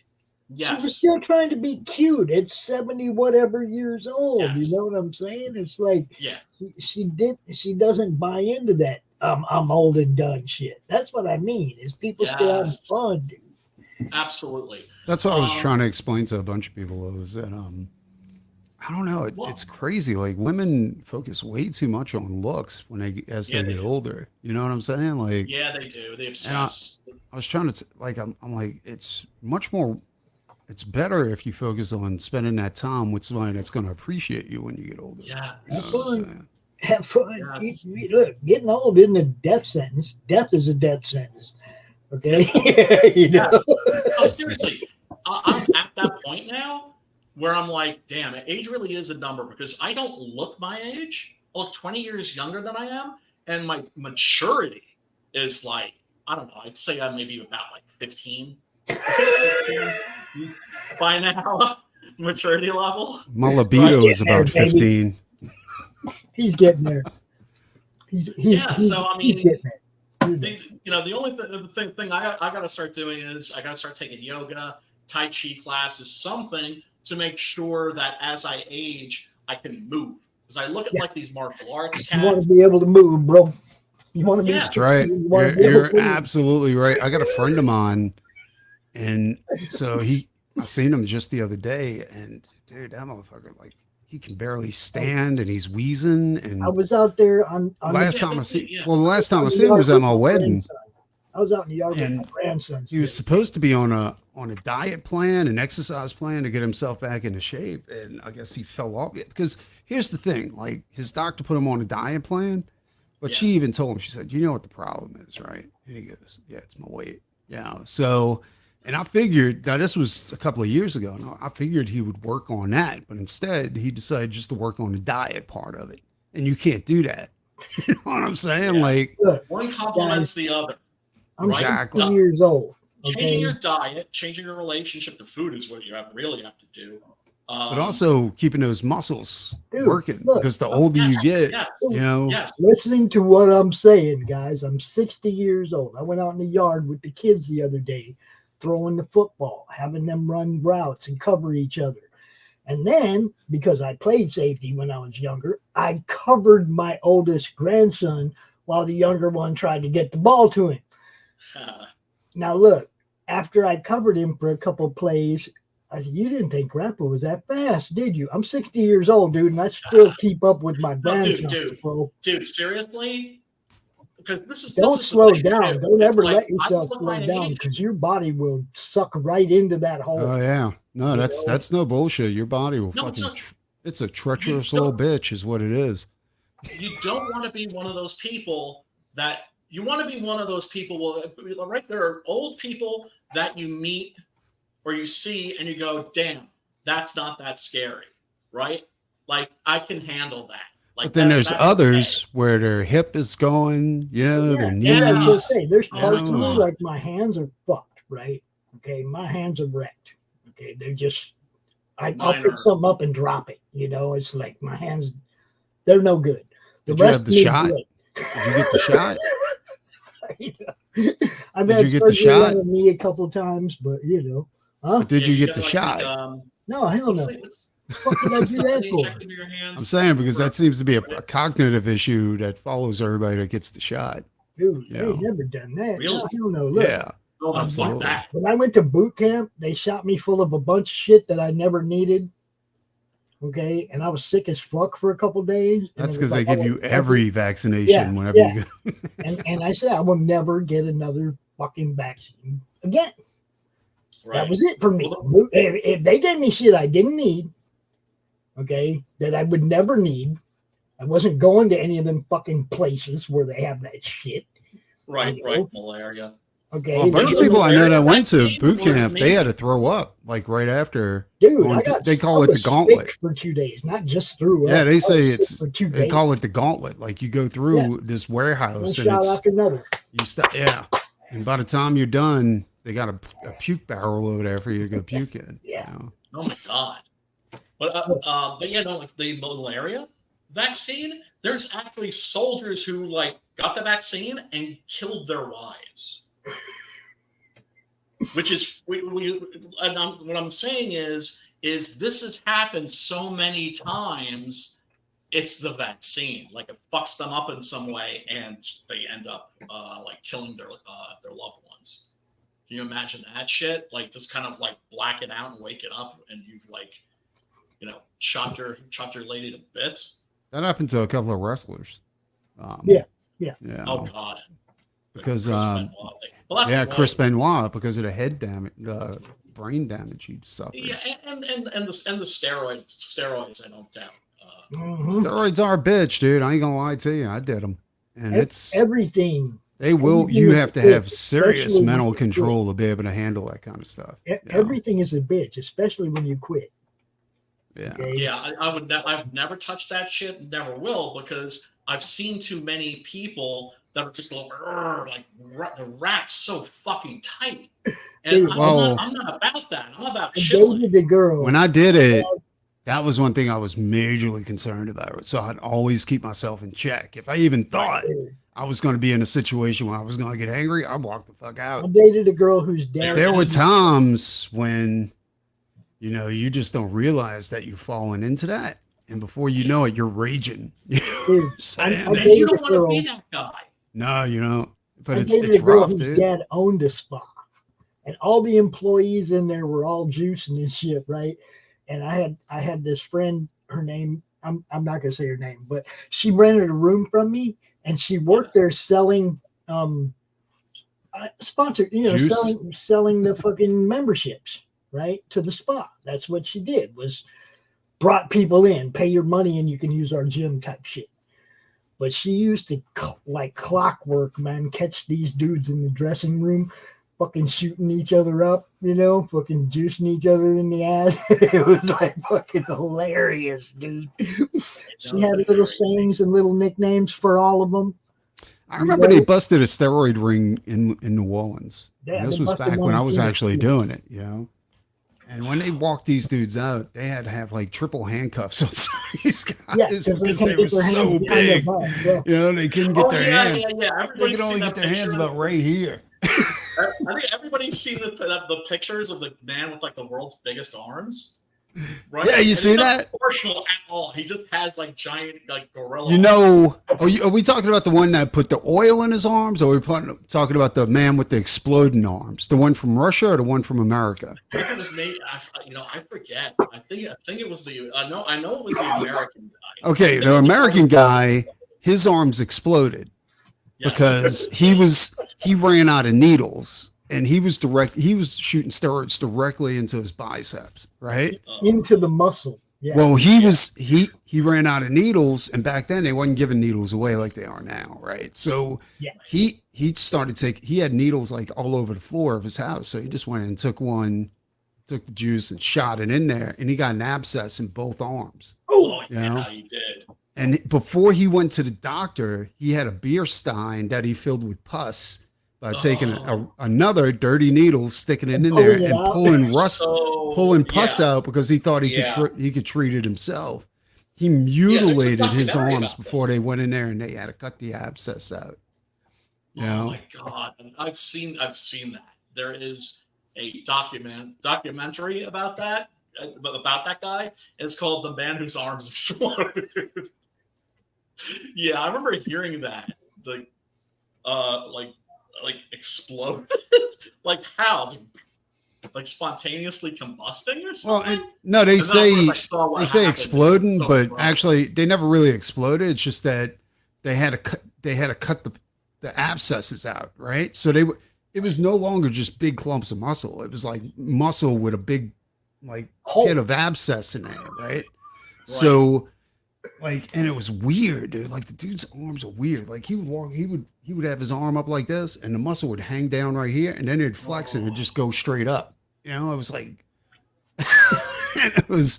But after it's like body dysmorphia, it's just like, dude, it is. That's what they say. Like bodybuilding is as bad as obesity. You know what I'm saying? Because it's not healthy. It's absolutely not. Strain on your heart. Yeah, and a bunch of those guys do die of that. Their hearts explode. Oh, dude, did you see the guy? He was the dude's legs were fucking huge, right? And he's doing a deadlift of I think it was like 1,500 pounds or something like that, and he's coming up with it, and his thigh bones crack and break as he's coming, and they just show his bones is crumbling because yes, he has big muscles, but he still has the same bone like density femur that he had in the first place. as anybody else. I used to see these guys at the gym all the time. Like their upper body would be massive, and you'd have like these little chicken legs. Well, there's another dude, and he was at a gym, and you know how you do the leg press where you lay on your back and you push up? Yeah. Well, he put I think he put 1,000 pounds up there. He pushed up. Here's where he made a mistake. He straightened his legs, and then they buckled in instead of coming back out like that. And it was slow too. It wasn't fast. It was like, dude, let me find the video. I'm gonna show it to you. You're in the horror. You're in the body horror. Hold on. I'm gonna have to put the disclaimer up for this. You weak ass motherfuckers scared. If you're scared, whatever. We're getting down in the sewer now. Viewer discretion is advised. All right. Yeah, and I've also found the man whose arms exploded. Chris Report, which became an underground hit. The report covers all aspects of my complete training program. The short-term medical problem. What happens when it's minutes, blast and fall. Was a bodybuilder from South America, right? Somewhere in Latin America, like Brazil or someplace like that. And he wanted pectoral implants, but they gave him woman's breast implants. So he went in there to come out looking more manly, and kind of fucking backfired on him. Arts all day, and you know what I mean. You ever been around a guy that lifts weights? You're like, dude, every 5 minutes you're smelling, rotten ass, and that's because he's blowing his ass up, from taking all the supplements. Well, supplements really? I don't know that the supplements are the problem. That's a small side effect. When you're taking steroids, you get big side effects, and of course, I had big side effects.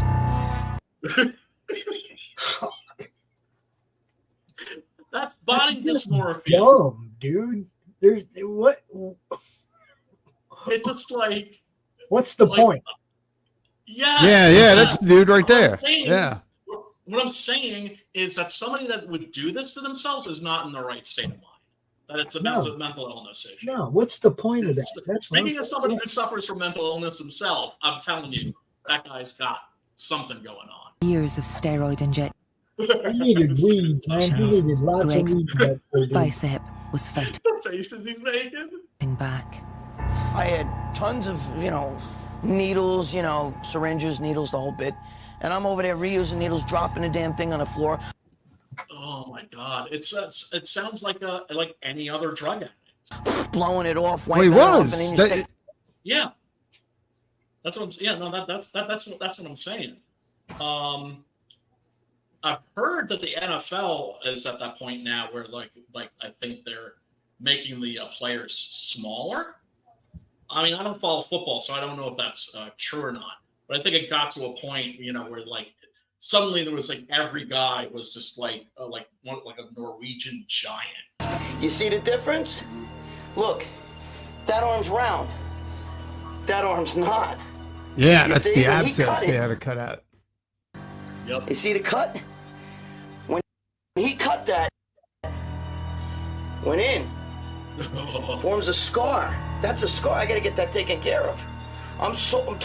Dude, you need, you need to get some other things taken care of before you worry. Totally self-conscious about that, Steroids had to. All right, I found it. Okay. Oh my God. Oh, it's terrible. Like I feel like a little guilty laughing about it. Let's see. Again, I'm just like, what's the point? What's the point of that? There isn't one. Like I said, it's like Michael Jackson. It's like body dysmorphia. Oh no.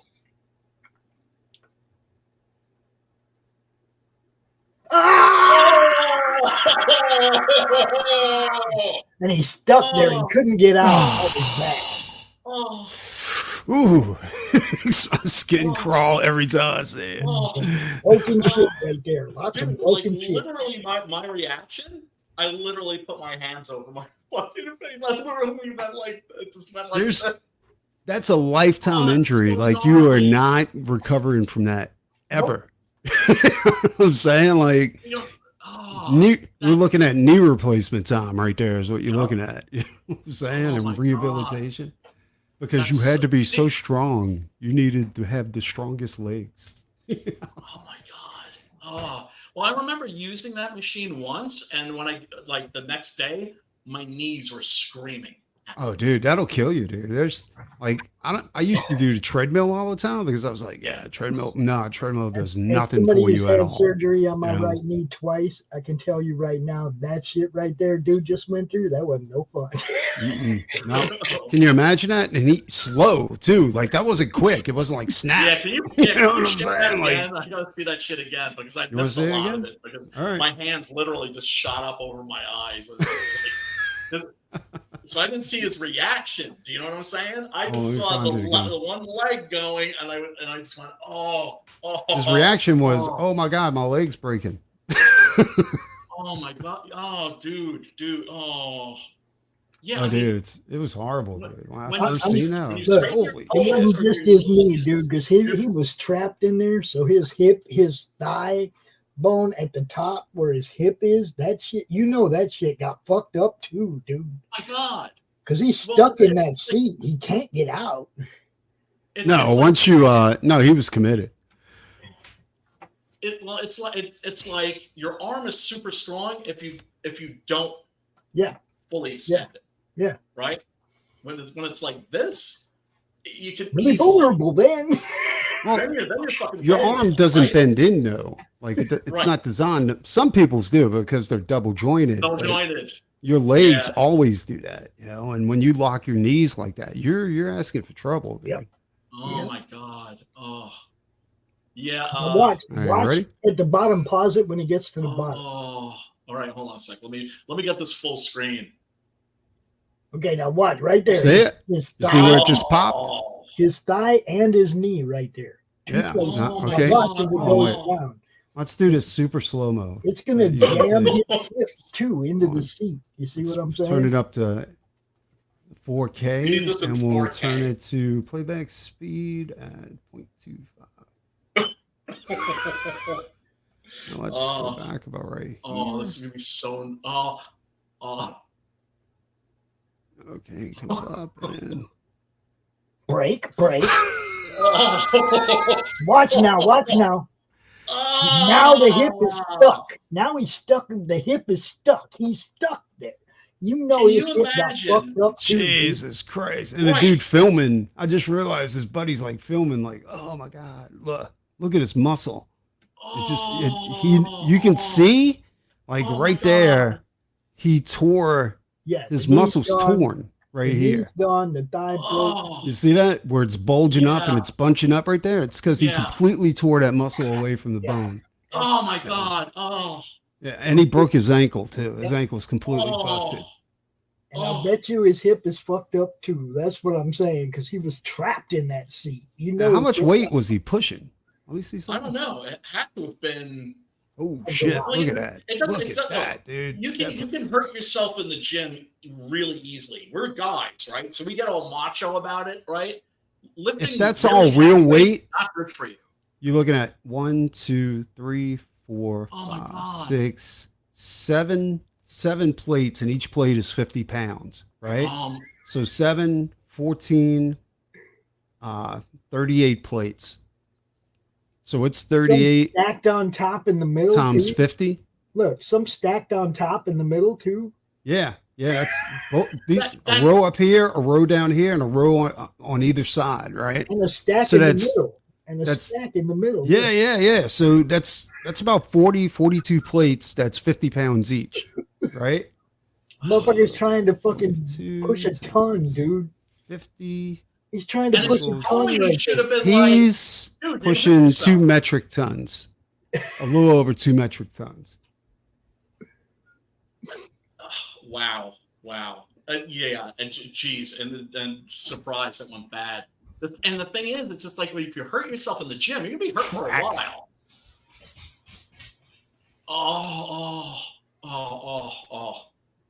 And his buddy's like, Well, hey. and then his friend, of course, rightfully so, puts his fucking phone down.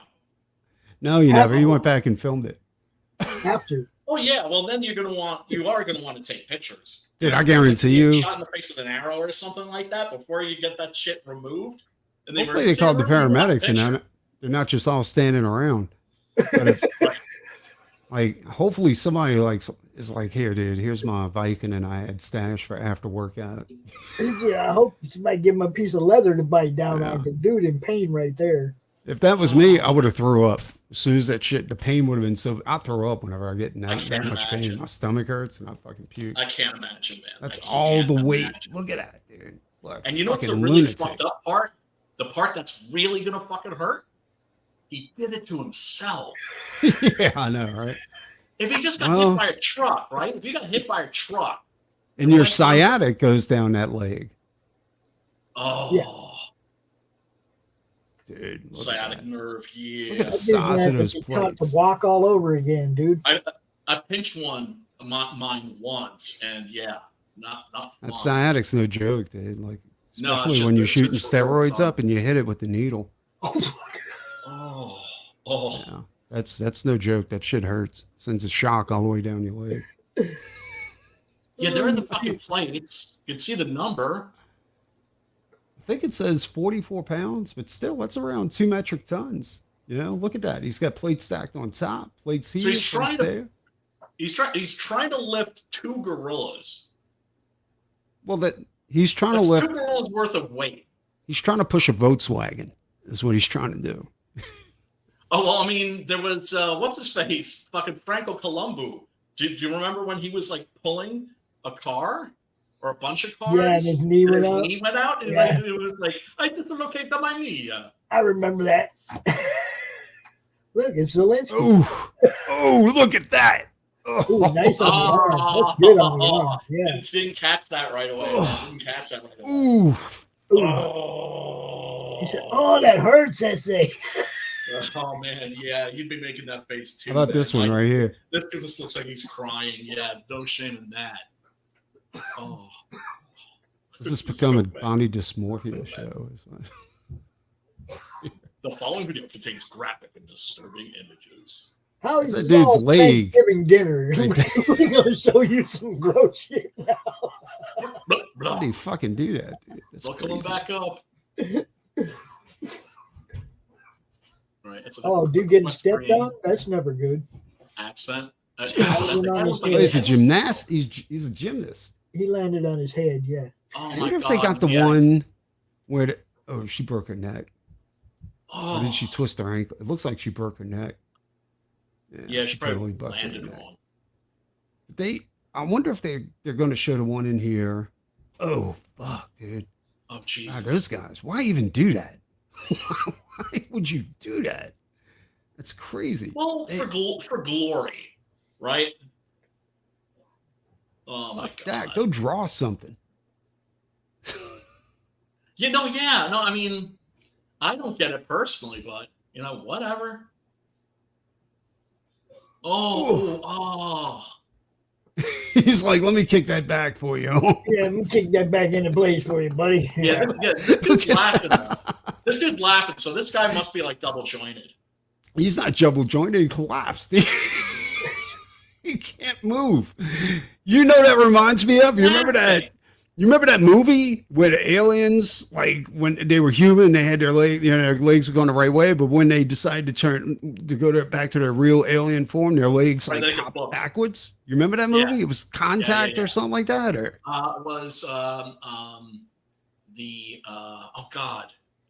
not The Invasion. It was something like that.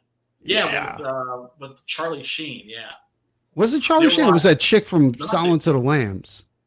That was that was First Contact, I think.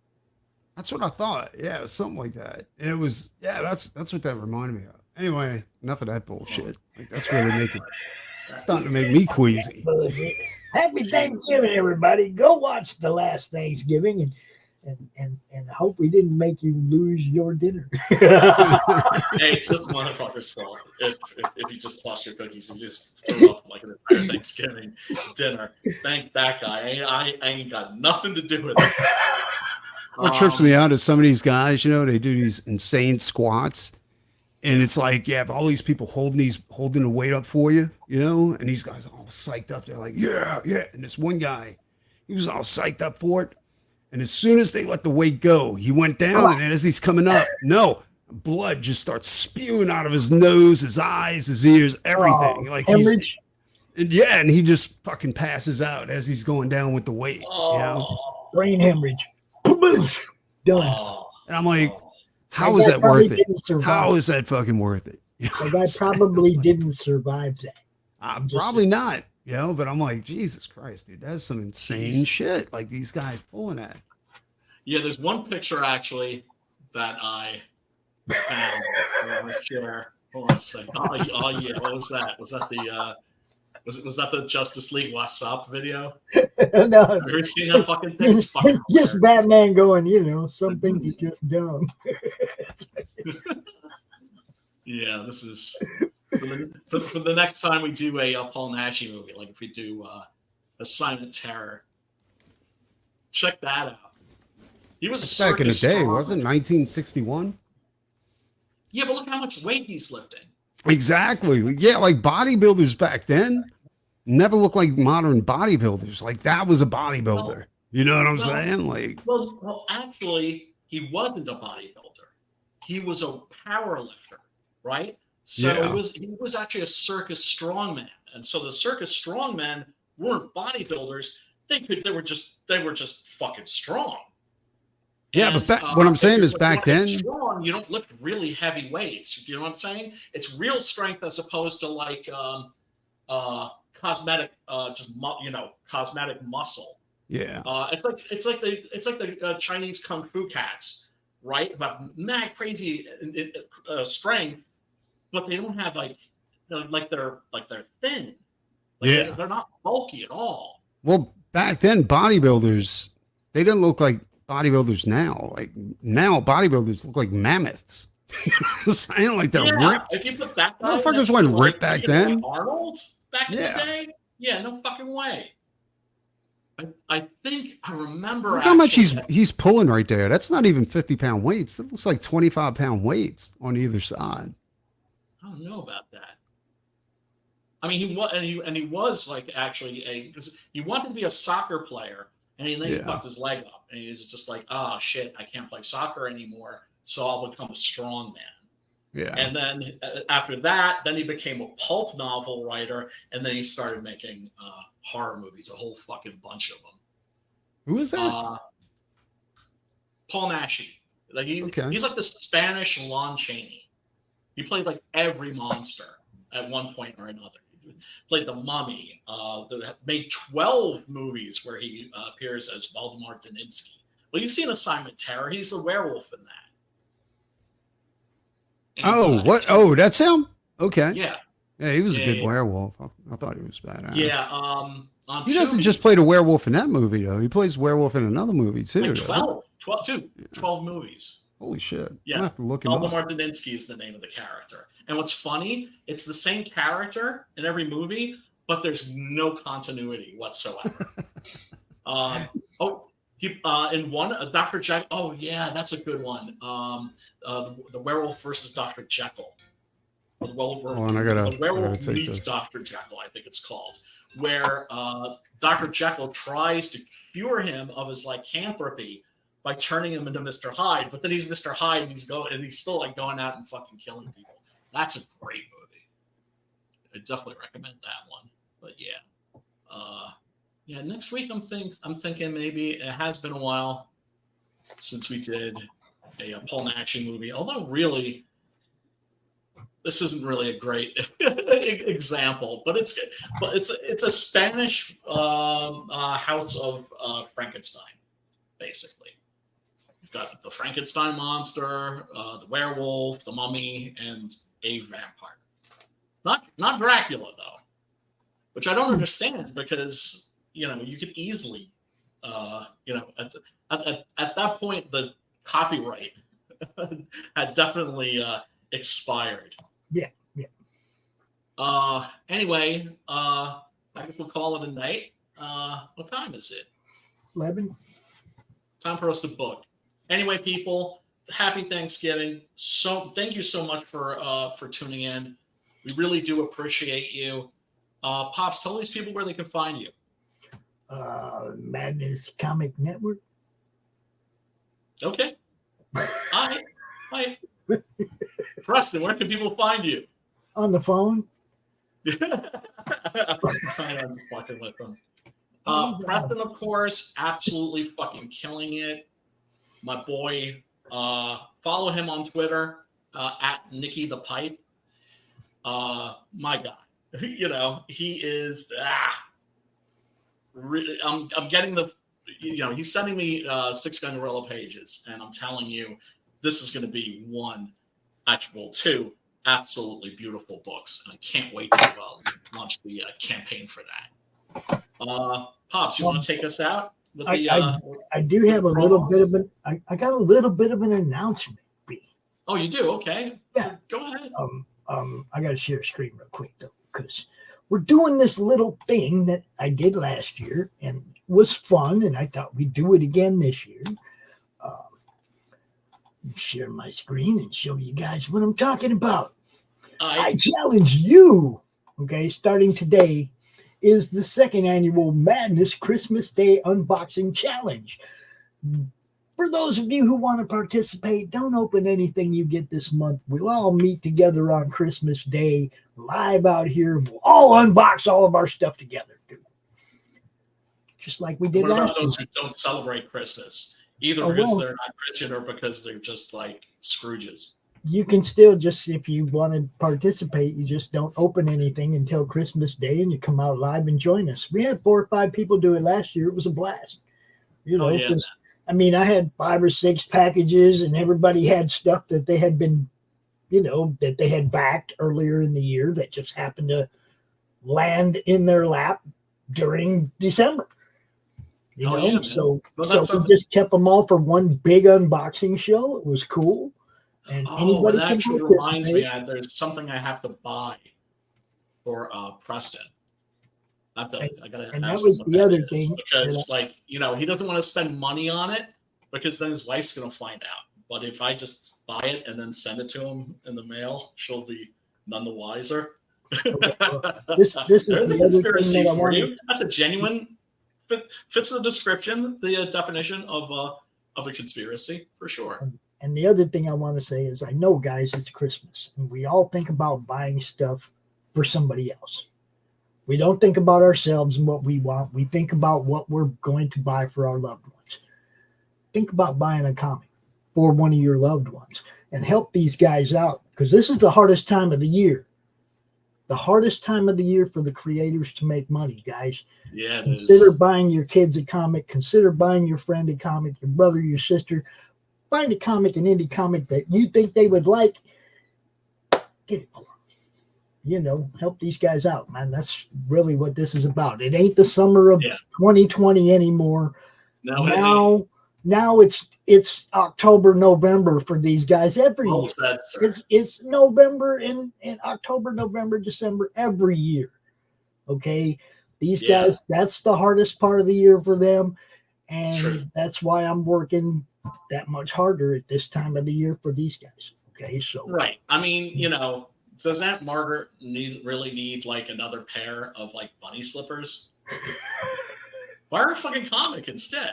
You know? And there's enough diversity of genre. There's so much cool stuff, guys. Look, so much cool stuff. If you're looking for kids' books and you can't find any, hit me up and I will send you in 10 different directions of cool people that got cool kids' books. You know. Oh man. Preston just dropped out. I hope you didn't get mad. Especially your spouses, especially the spouses that aren't really into comics, but you know the stuff that they're into, and you know there's a comic that covers that. Hell yeah. That falls in that genre. Get them something that they will like, so they start liking comics, yo. Yep. If they're into Westerns, get them a Western comic. If they're into crime, get them a fucking crime comic. Yes. Look, guys. So on and so forth. Horror, and so on and so forth.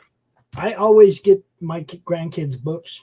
It's not always comic books. Sometimes, you know, it's like they'll tell me I want, you know, Dogman or whatever, and I'll get them what they want. But if they don't give me a hint, then I got to guess. you know. But Cookies and Scream by Krista Crawford was great book for the kids. Glenn in Monsterland was good. There's a few of them, man, that were just perfect. Choice. Yeah, if you're looking for something and you don't know, and you know, look, comics is still comics, guys. Just because it's Christmas don't mean these guys ain't trying to make a living. All right? We're trying, man. We're trying. That's the dream. That's the dream. We're all trying to live the dream of you know, just spending all of our time making comic books because we love comic books. Anyway, everybody, thank you so much for tuning in. We will see you next week. Thanks for coming out, Preston. I hope I didn't just get him into trouble. I didn't just get him into trouble. I hope his wife isn't like that. I hope she didn't overhear that and like it is mad at him now, and like his woman is mad at him because of me. Because of you, Brian. Because of you. I don't want to be responsible for an angry woman. He's like, I'm turning this shit off or I get in trouble. Oh, Jesus Christ, man. When women are fucking angry at you, oh, Jesus, man. I want to be anywhere fucking near them. But yeah, Pops is going to roll some trailers. And so until next time, peace, love, and metal. You know what's up. Do it. Hogzilla, baby. There is a creature in the swamps. It lives to destroy. The beast they call Hogzilla. After his latest get-rich scheme goes sideways, Gary Duba, the quintessential Florida man, ends up with a stash of somebody's high-end memorabilia. His gal Crystal is on probation and preparing for the fight of her life, squaring off against Australia's Queen of Combat. Delilah's got her back in training, staying off rich foods and the nose candy. Meanwhile, Gary and his best friend Floyd have been hired to wrangle a massive, abnormally aggressive feral hog that's terrorizing the swamp and wrecking Gary's old neighborhood. Can they bag the elusive monster swine without destroying the Sunshine State? Reserve your copy of Florida Man vs. Hogzilla at FloridaManComics.com. We're bringing back funny books, y'all. I told that moron not to take out my Tchaikovsky tape. No matter, let's get started.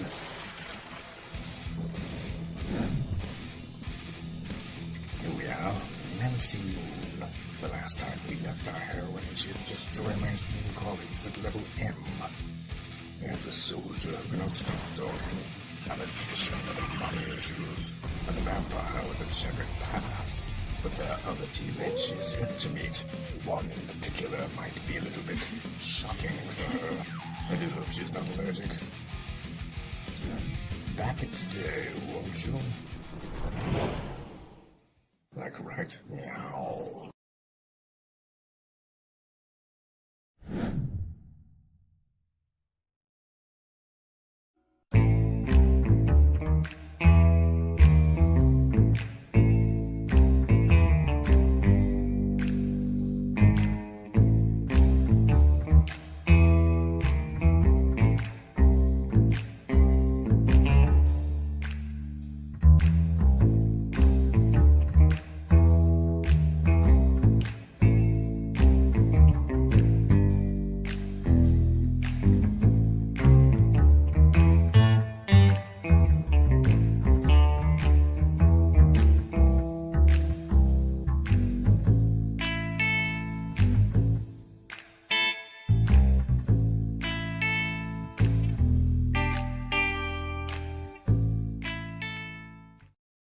Comic Books for Kids provides comic books to kids in hospitals and cancer centers across the U.S. It's a place where we can all work together to make sure every child has a comic book. 100% of all proceeds go towards the kids. It's about making a difference, and while they're in the hospital, allowing them to fly like a superhero, battle dragons, or rescue teddy bears. We are in every state in the country and now support over 160 hospitals. Every month, we add more. Visit cb4k.org.